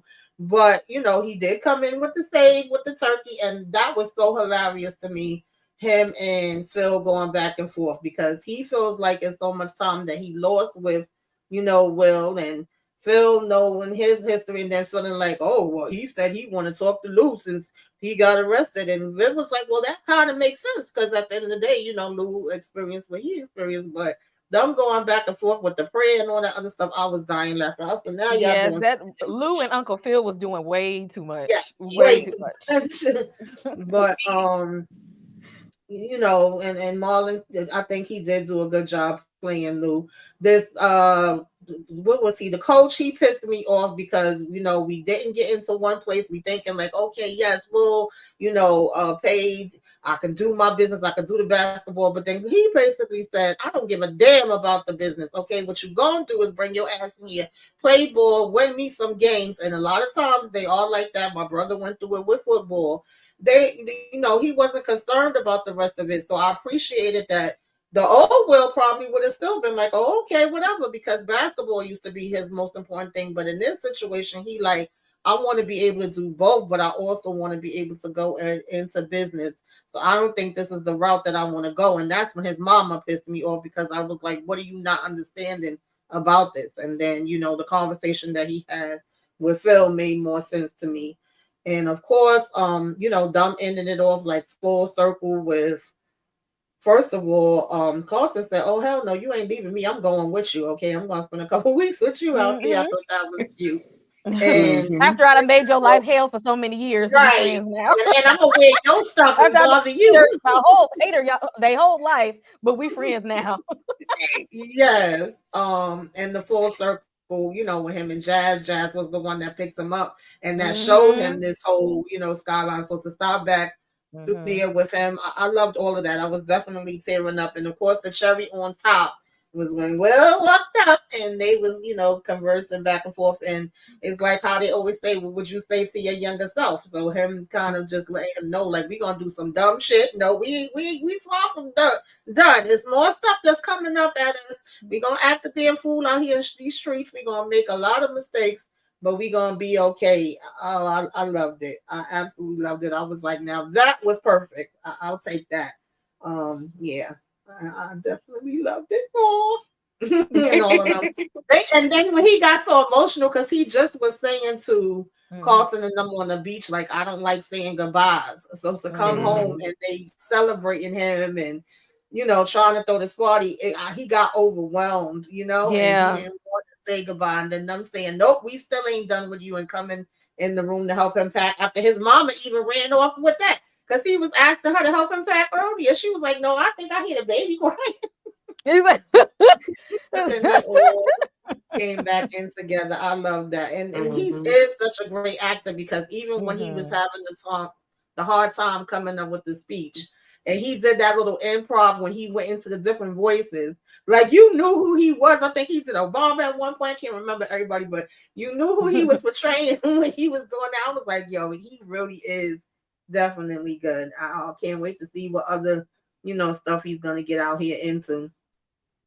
Very, very talented, Jabari Mhm. Banks. Yeah, I definitely hope that we see him in more things because he definitely he. I can see he can immerse himself in a role, and those are the actors that I really like. Like Yeah. if we gonna be in there, commit to the role. And Mm. he definitely did, and gave us the spectrum of emotions. Like he played, silly Will. We got to see him in Carlton, dancing and stuff. We got to see his athleticism. We got to see him. He's very talented. Like he was playing the piano. We've Mm-hmm. seen him in the season.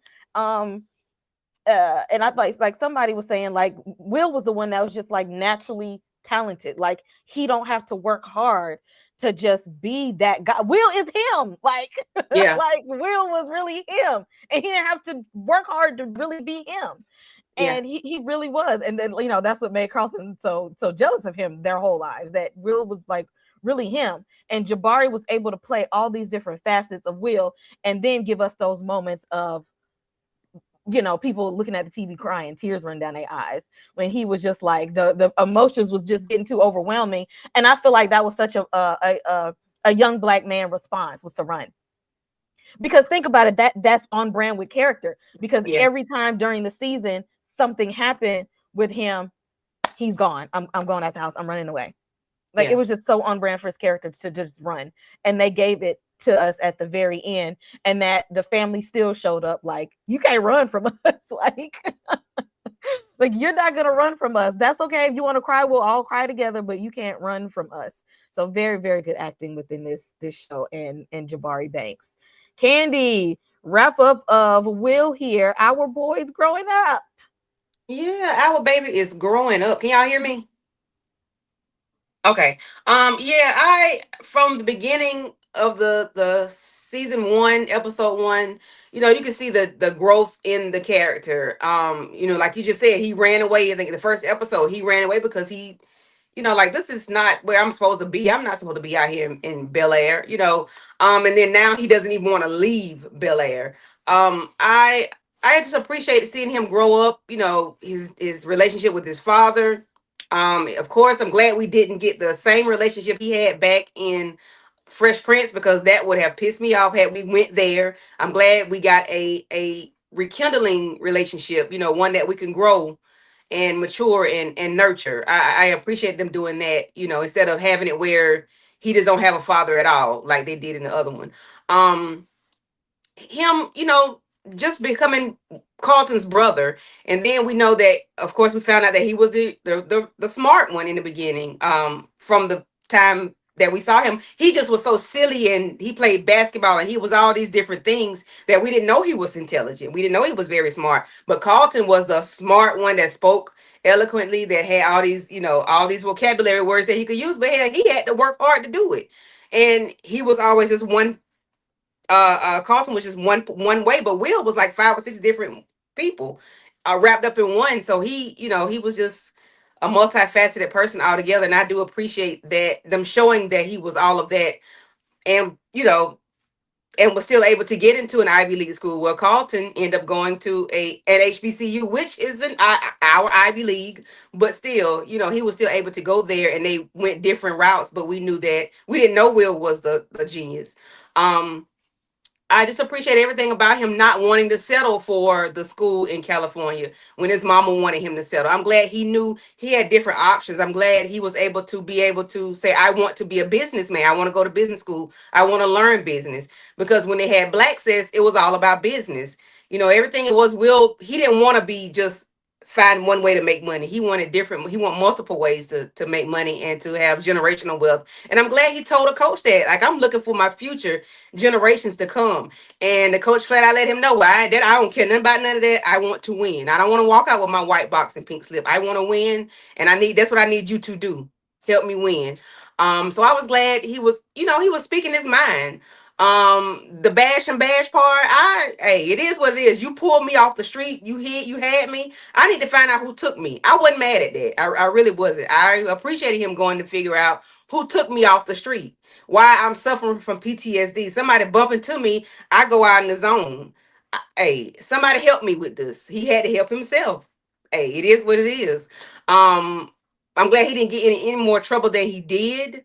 And I like the thing with Snoop Dogg being the mentor. Well, I forget what his title is, for them going to that program and giving them real life stuff. Like, y'all gonna go through this, and if you're late 3 times, and you've been late twice already because both of y'all together. So y'all only had one more person only had one time to be late.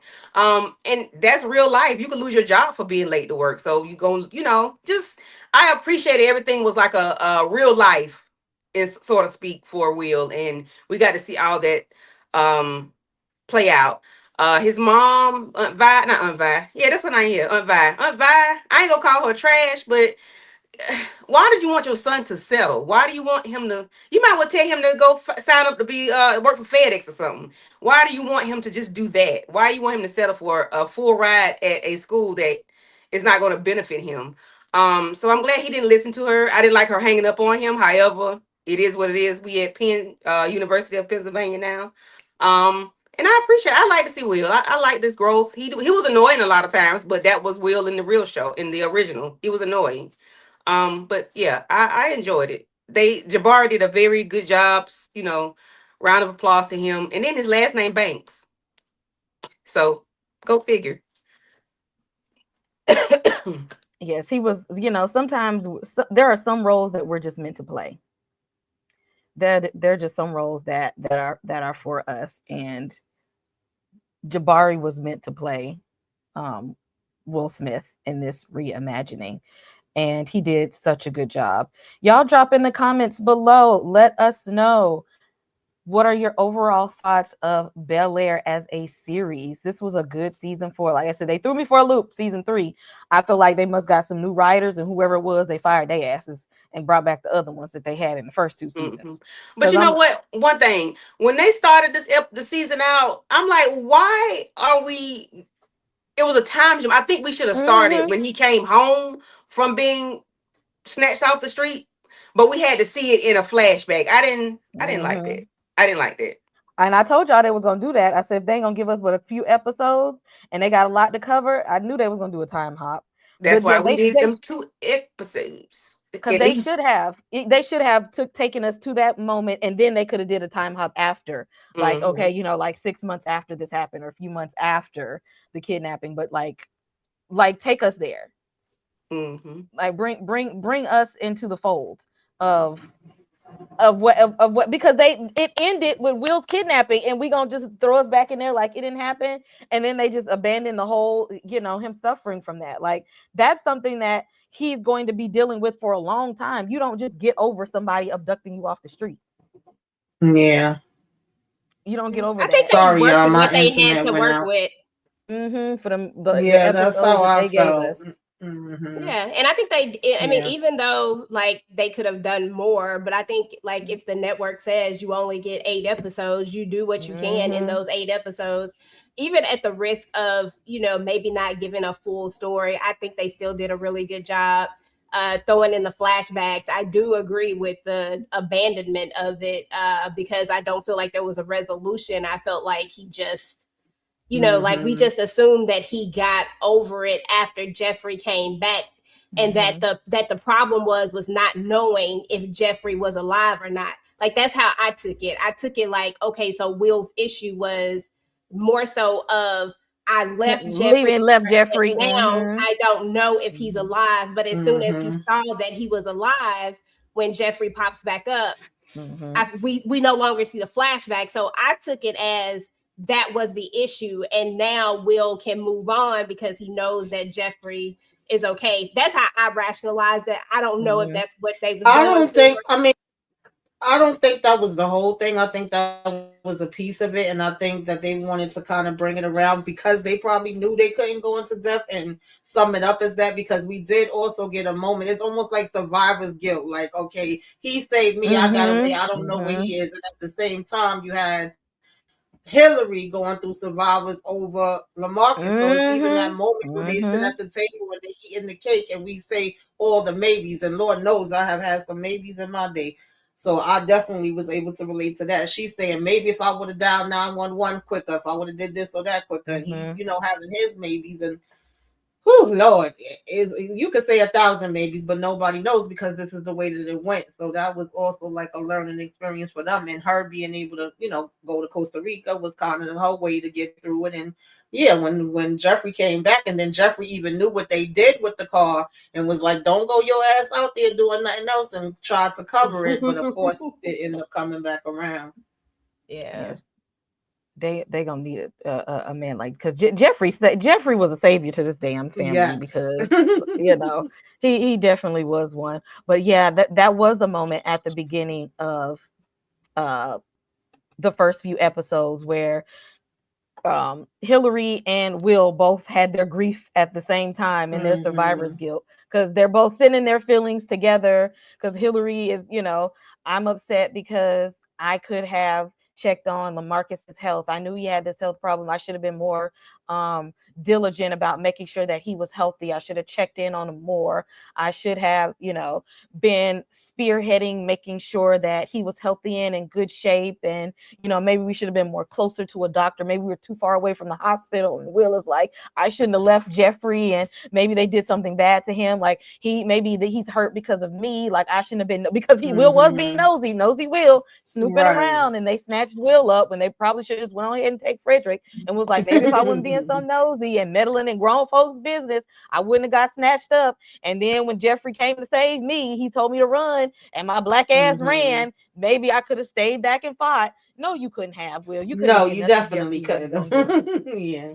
And Hillary, Lamarcus shouldn't have been out there playing more football after he was in the hospital that first time. He should have sat his ass down then, and he kept going back thinking that he's Superman, and he wasn't. But see, that's what Hillary, I think she got her tools and her therapy and Costa Rica when she left, but I wish they would have let Will have a piece of something healing. But I guess him seeing Jeffrey was enough to be like, my bad that I left you, but you all right. You're going to be good. But y'all drop in the comments and let us know how are y'all feeling about this season as a whole, and then bringing the show to light. And also I want to know any ideas of what else they should do. Like we got a good reimagining of Bel Air, and we know some things they just shouldn't touch. But if they should touch something else, what should it be? What can be a good solid reimagining? How can we take a sitcom and make it into a well-written, well-produced, well-styled, well-acted drama series for the culture? I don't know, child. Y'all know how I'll be feeling about that. I'll give them their props when they do it right, but baby, some of these things I need to stop it. But I am looking forward to the whole a different world we got coming up. But we see that mess they put out with that Good Times, baby. People got that shit up out of here quick, fast, and in a hurry. Okay? But that was a cartoon, and I think that they did it all wrong. They should have never did that. Yeah, that was. They only slapped that on there to use the name to get people to come into it. But I think that was all the wrong move. Like I think that they could have done a good reimagination of Good Times, especially for a more modern era. If they did it the right way, it didn't need to be a cartoon. It should have been a regular television show with the right actors and good, strong writers. And that could have been another dope reimagination. And because that actually would have been a great one to redo in a modern era. Well, especially the hardship people going through now with inflation. Yeah, that would have been a good one. Instead they made it into we scratching and surviving right now. Okay. Okay. Let's see, Jabari Banks and Jordan L. Jones. Oh, sorry. As Marcus and Bad Boy remake. Nah, that's one of those things. We don't need to redo Bad Boy. Yeah. No. Yeah, and plus the Bad Boys is not really like, you don't need a remake. It's not that old. Like it's not like it's a show that's just like, no, it has, you can only reimagine, to me, sitcoms. This was great because a sitcom is typically funny and it's short, it's all that type of stuff. But they took this and made it into a full-on drama.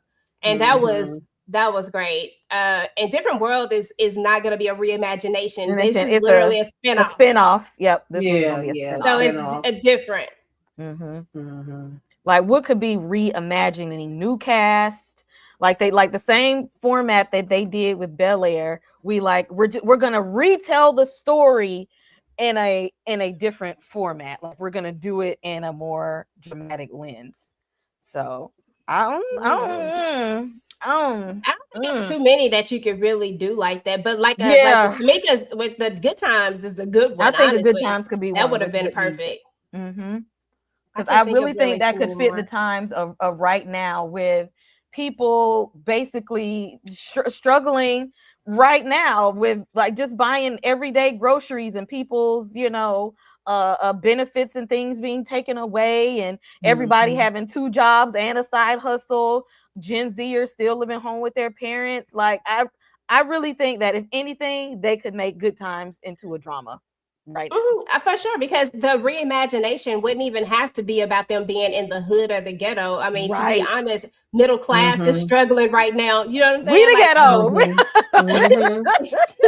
It's us. so they could redo that. Like I said, they could make it more modern and make it more for the time. And they would probably come out with something really, really great on this. Somebody should make a like Morgan did. Somebody needs to go ahead and make the little trailer thing so somebody can see it.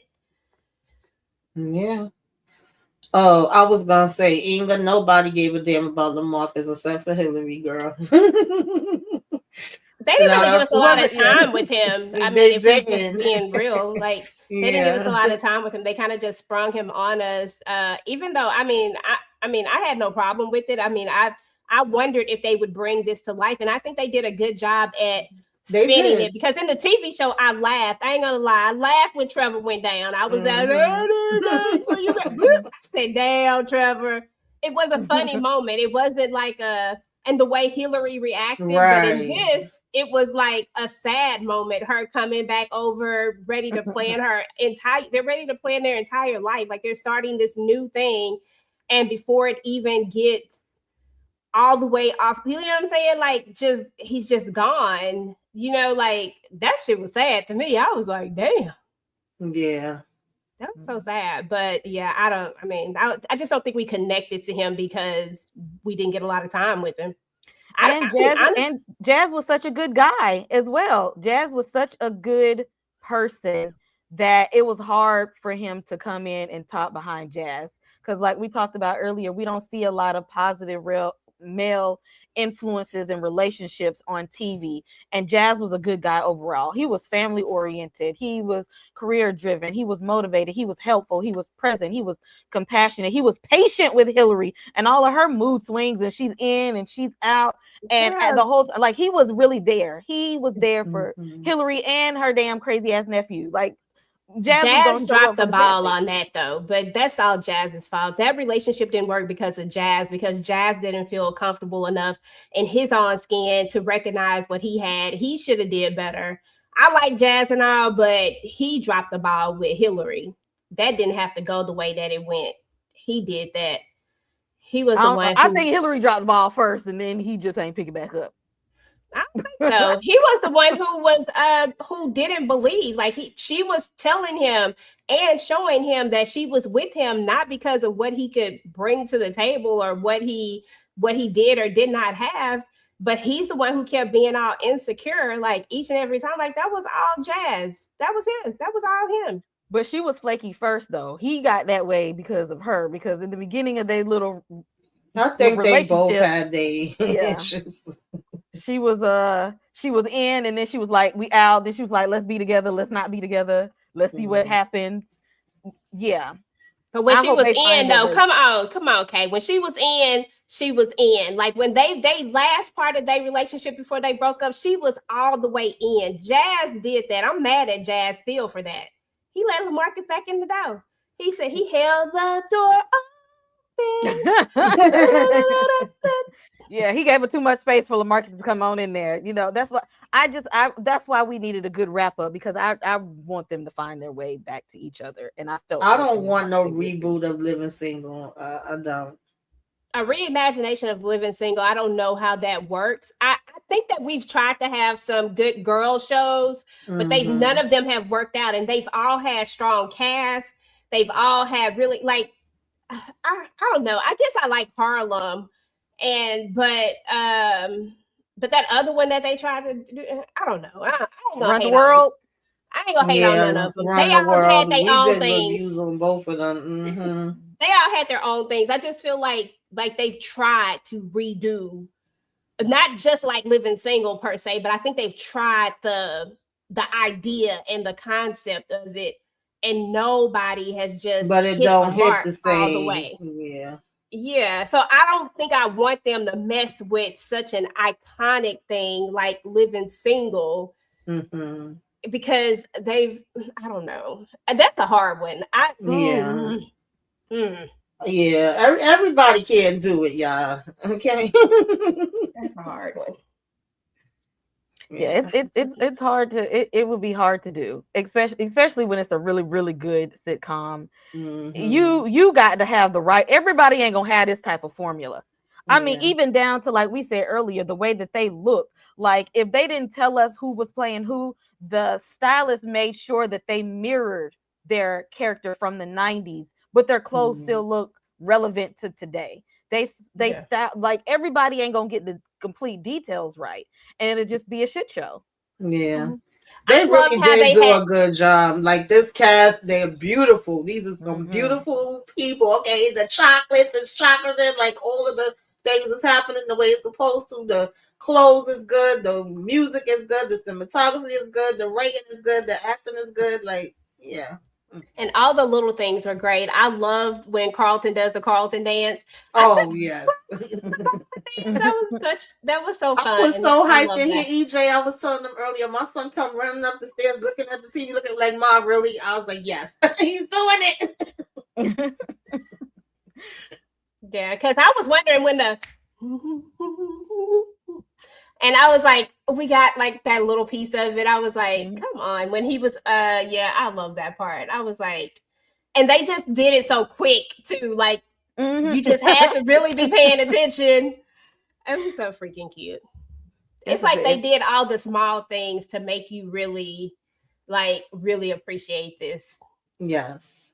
And they I did. agree. This was a really good show. Everybody ain't gonna have the formula to make it into what it would be. Right. I would say Girlfriends would be a good one, but I don't want to see a Girlfriends reimagining. I want to see a wrap up of their stories. Like, don't reimagine they just need it. To finish it. Yeah, one movie, because all the girls they never got it finale, right? I feel like they could do like a little movie or something. Yeah, they just need one big movie for them, and that would be so perfect. And I think everybody would get their feel of it. They got all the girls, all like, they literally, when they did that promo for the pattern thing, I was so excited. I was like, please, somebody put it together. They just need their own movie. Don't give them a series. It don't need to be a series. It needs to be one movie of let's see where they all ended up at. Just finish the story, for crying out loud. I loved Girlfriends. That was like one of my favorites. Yeah, Girlfriend, that's untouchable. Just don't just finish it. That's all I need y'all just to do. Finish it. That's it. They didn't finish that. They didn't finish Moesha. I feel like it's just so many shows that they just on these weird moments. I'm just like, come on, how y'all just gonna just cut them off like that? They might can make the Wayans brothers into a drama now. If we just do a serious show about two brothers and their father, that could be done the right way. But the siblings, it would still have to be, I would need the people on the show to actually be siblings, because it's just something that you just can't pay people to do, to act like brother and sister, or brothers if they're not. Because me watching the Wayans brothers, me and my sister are like, because we're like close in age, my younger sister and I, we're literally 11 months apart. Well, our Irish twins. And like, our dynamics are like Sean and Marlon. Like, and it comes across, it would have to be that. I feel like they could turn that into a drama, but you would have to use actual siblings. Yeah, I agree with you. Some things you can't. Yeah, some things you can't. I don't know about these reboots, but honestly, y'all, I wasn't even mad at when they finished off Full House, because they didn't redo Full House. They just finish the story. Like they make, because here's the thing about TV. Well, for me, this is just my opinion. Sometimes when I immerse in a show, like when I really like it, like especially from like way back in the day, I do sometimes like really gravitate towards characters and be like, I wonder what would have happened to this character. Like how did they end? Like what was their ending story per se? You know what I'm saying? Like I always wonder what happened to Whitley and Dwayne. Yes, she got pregnant, but then what? How did their kids look? How did this happen? Like what happened here? Like what happened in Japan? You know, did Freddie and Ron stay together? I wanted to see Kim marry that Jamaican man. Okay, like it's just so many questions. You like just want to have this complete story of the iconic ones. You know what I'm saying? The ones that really, really stuck with you. And sometimes, you know, you don't get that. So when they do some of these things, you just want it to be right. Like I said, I had no problem with Fuller House. I thought it was actually pretty genius how they finished it, like how they gave us a glimpse into the future versus trying to redo something, because I'll never forgive them for redoing Charmed. Never forgive them for redoing Charmed. That was a reimagining, you know. Yes, that was a complete reimagining. That's the worst thing they ever did in life. I'm sorry. I know they were trying to connect with the younger people, but that show was so iconic and so great that all they had to do was time jump it. You as many times they went into the damn future in that damn show. Stop playing with me right now. That's all they had to do. That was horrible. I'm sorry. That's why I get kind of pissed off when I'll be like, okay, reboot, reimagine, spell up. Like sometimes we don't need it. Sometimes you can just leave stuff where it's at. Like I said, when they do it good, I give them the credit. But I feel like so many people are doing that now. It's like oversaturated. Like nobody's coming with just fresh ideas, child. Like can we get some fresh new ideas? Get out. Oh Lord. Just get out. Yeah. Fresh ideas would be great. Yeah. When I want to see those other ones, then I go back and watch them. Okay, because I watch Living Single or some shit. I watch Golden Girls all the time. Yeah, my comfort shows is TV sitcoms. I'm still regularly watching A Different World and Sister and Cosby Show and Girlfriends and Moesha and Fresh Prince. Living Single, so many of them. Yeah. And I would be okay if they gave them movies, like you said. Like movies are fine. Like if you gave us a movie with the same original people and we're just fast forwarding, like reliving some, you know what I'm saying? Like if we're fast forwarding into what happened to them after this, then I would be here for that. I think those would work out perfect. I just don't think we need reimaginations of a lot of stuff. Bel Air, I feel like is just one of those, is a unicorn. I don't know if they can really do like the exception to the rule. They just really dipped in there and got in their bag. Because even within that being a sitcom, they did have a lot of storylines that were very serious. Like because they had the storyline with Will and his issues with Lou. They had a storyline in there when Carlton actually, you know, Carlton took the speed. They had the storyline of Hillary grieving over Trevor. They had the storyline when Carlton got shot. They had the storyline when Lisa and Will, you know, made a U-turn from the altar. And, you know, Will, you know, trying to connect with his friends of the past. You know, when Don Cheadle came on the show as Ashtray and him, you know, the family looking like, Will, I need you to separate yourself from hoodlum activities. You know, there were, and the episode when Will and Carlton got arrested for driving while black. They had a lot of them. Exactly. You know what I mean? Getting ready to paint that NIGG on the wall. Yeah, they had a lot. And that scene with Will and Lou, baby, that original one, honey, I don't care how many times I've seen it. It still gives me chills and it still make me tear up. I seen somebody share it the other day on damn TikTok and I started crying. It feels like the first time every time. Like those emotions just jump through the screen. And you want to hug him.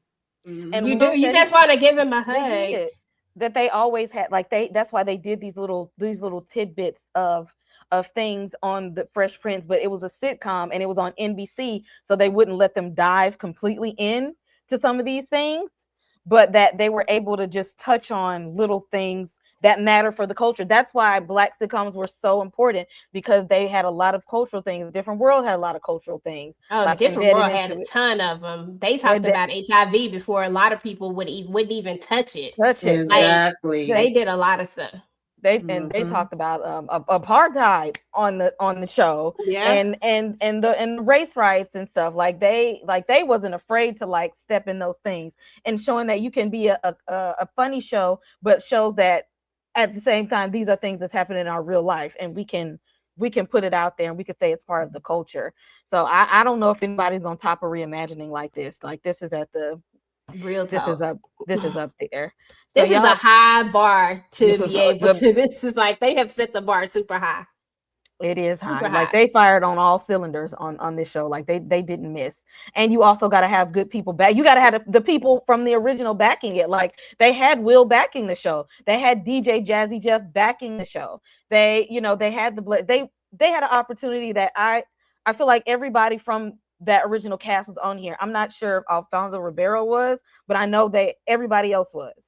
I think he was the only one that I don't remember seeing. I don't remember seeing him. But they had both Aunt Vivian's. They had Tatiana Ali. They had the original Hillary. They had the original Jackie on the show. So, they had everybody like lay hands on the show and co-sign to say, this is a good show. We want to be part of it. And so, like I said, the bar is high. So if anybody else come in here, y'all got. And I feel like if Uncle Phil had been around, I feel like he would have been a part of it too. I just feel like everybody, I think it was just so great that you couldn't help but want to just dive into it. Yeah. Why Alphonse wasn't in it, I can't say or don't know, but I wish he had been a part of it too. Just because I just feel like they reached back and it just let them know, like, yes, we appreciate this. Yes, we're passing the torch to you guys. Are doing an amazing job. Like this is like, it just felt like they were giving their nod of approval. We even had Jeffrey G. You know what I'm saying? Like everybody. Yeah, exactly. Like and I feel that maybe the ones who didn't come, they didn't bad talk the show. Nobody spoke out in public to say they had issues with it. So they had good backing. So you got to have all that. And they had a lot of good directors of this show. Like I always looked at the different people who was writing and directing the show. Amazing series. So yeah, because they did include all of their names, like, and gave them a shout out, and definitely, the OG, rest in peace, to our original Uncle Phil and stuff like that. I wish Alfonso would have been there too. I felt like he was the missing link, but I definitely appreciated everybody else and us ending it off with, Will. And it felt kind of extra emotional to see the original Aunt Viv, because we know that they had, a gap in their relationship and it didn't end on good terms. And now she be out here like, if anybody say anything about Will, you're going to have to come through me. Like, it's good to know that they actually got to make amends with each other, and then have her. I love their conversation they had. Yeah. I don't know if anybody saw that conversation, but the conversation that they had was just a really nice conversation. And speaking of just reimaginations and spinoffs and stuff, I do like the fact, and the reason why I'm excited about the Different World thing, because that's like one of my favorite shows. And at first I was like, oh my God, don't mess up my favorite show. But one thing about it is that, Debbie is going to be a part of this, and a lot of the original people are going to be a part of it.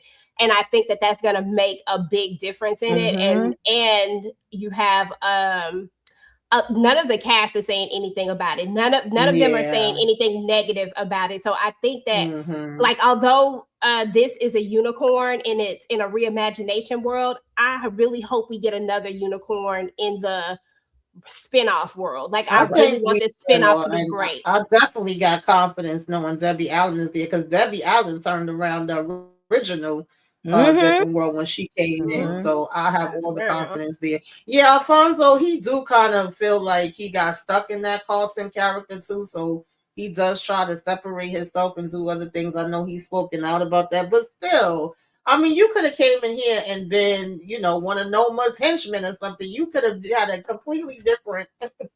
I get it though, but I mean, look at G. G was G was out here being gangster for real. Running a whole cartel. Okay. And can we just talk about the fact that they made Jeffrey gangster, like real gangster? Like, come on. Like, that was like the best Yes. twist on a It really reimagination Right. ever. Right. Oh my goodness. We out here gangs of London for real. I said, whoop. Right. He like, I'll make you some tea and knock somebody's teeth out at the same time. Okay. Okay. Very good show. Chef's Thank y'all for hanging with us. We had close to 30 people almost the whole time. Y'all was rocking with us the whole time. And with all these people, y'all better have liked and subscribed to everybody's channel on the panel. All these people we see, I see you. I see you. So I need to see them likes and them subscribes on everybody's channel. Before we get up out of here, I'm gonna let everybody let y'all know what y'all need to be looking out for on their channels. EJ, what's going on both of them channels? Yeah, so on TV Junkie, we're about to go live in the next couple of hours here to talk about episode 8 of The Family Business. So if you're watching The Family Business, please come hang out with us. We're going to have the panel on. And anything else on TV Junkie, just make sure you keep your notifications on. I'll probably be dropping a couple of videos over there. And then on Talk That Talk, we just finished up the last of All Is Fair. We did a live show over that. Please check that out. We dropped our reaction for Welcome to Dairy.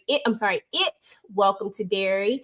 Episode 4. We'll drop episode 5 next week. And then I guess we'll drop our last 2 the week after that, as the show has already wrapped up. And then, and if you're into Interview with a Vampire, please check out our reactions for Interview with the Vampire. It's Tika's first time watching, so it's really fun and funny to watch her watch it for the very first time. So definitely check those out. And then we had a couple of other things that we did over there on the channel. We also did an original documentary over D'Angelo. So please check that out as well. Love D'Angelo. And so we just wanted to do something nice. And we'll be dropping another one this month, but we'll be doing Waiting to Exhale. So I'm excited for that. So just make sure to turn your notifications on, y'all, and do all the things. We got a lot of stuff coming on that channel as well. Thank you, EJ. Busy and booked. Tamika, what's going on in the den? I'll be joining EJ later to talk family business. Ooh, child, we getting down to the get down, okay? And then tomorrow I think is Pluribus, and it'll be the season finale of Welcome to Dairy with me and Monique 69 Ways. Oh Lord, my nerves is bad about that one. I think Inga's going tonight after the episode to talk about it. So if y'all not subscribed to her channel, go over there and subscribe to her. Go over and subscribe to Miss Kira Speaks. I don't know if she made it to 500 yet. We was trying to get her to 500 and beyond. Okay, go hit her up. And then y'all know Sisters Finale Child, the Oval. Every time I say that, I sound like I'm just dreading. Yeah. And I'm gonna try to put up some other videos. You know, I haven't really been doing my own recaps. I've just been joining the conversations of it all. So I'm gonna try one of these days. Just keep your notifications on just in case, so you know when I do, and hit the like and subscribe on all the channels. And thank y'all for watching. Appreciate it. Yeah. Make sure that y'all go subscribe to Candy's channel. She had to cut out early. I forgot exactly what she had going on this week, but I know for sure that, you know, she's doing this tomorrow. Tuesday, me and her do the Oval. Wednesday, we do Sisters. I know that for sure. Yeah. So definitely check those out, guys. Please, and thank you. Yes. Wrapping up Welcome to Dairy this week. Pluribus this week. Trying to do a theories video for Stranger Things to prepare for volume 2 next week, and I'll be back for Force this week. And y'all know, okay, I've been taking my precious time to get my Five Nights at Freddy's 2 review out, but I'm gonna do it. Okay, I done watched it twice. I'm just procrastinating on it. I'm gonna get it out though. I'm gonna get out there one of these days this week. It's coming. But thank you guys for joining us, and I'm glad you all enjoyed Bel Air. So did we. We had to take a minute for it because this is it. No more Bel Air. So thank you, Peacock. Thank you, Will Smith, for allowing your show to be reimagined, and the guy Morgan Cooper for sharing his ideas of a reimagining to the world. It was a really good series. And thank you to the panel for showing up here and talking Bel Air with us. And y'all gonna see us throughout the week. Again, hit your notification bell so you can see when Tamika drops stuff, when EJ drop stuff, when Candy drop stuff, when I drop stuff. Thank you all so much for being here. And we're going to see y'all in the next video. I can put you in a log cabin somewhere in Aspen. Girl, ain't nothing to the pain, ain't tricking if you got it. Go to the police, not now. He's made sure of that. Put you in a He's mansion out there and he's watching us. somewhere in What are you waiting for, huh? Like I said, ain't nothing to the pain. We can change the last name. What's happening? Cause you look so good. Tell me why you wanna work here. I put you on the front page of a King magazine, but you gon' get yourself hurt here. Hey, baby, I brought you in the back just to have a conversation. Really think you need some ventilation. Let's talk about you and me. Oh, We I go can't from believe it. taking Kel to the hospital to catching a goddamn snake. I think she want me. Nah, I can't leave her lonely. No, ooh, I can't believe it. Ooh, she out on me. Lay low until he knows you're alone, and then he's gonna come after you. I can't leave her lonely. No, and you don't understand. She made the people say yeah. Abraham Whistler.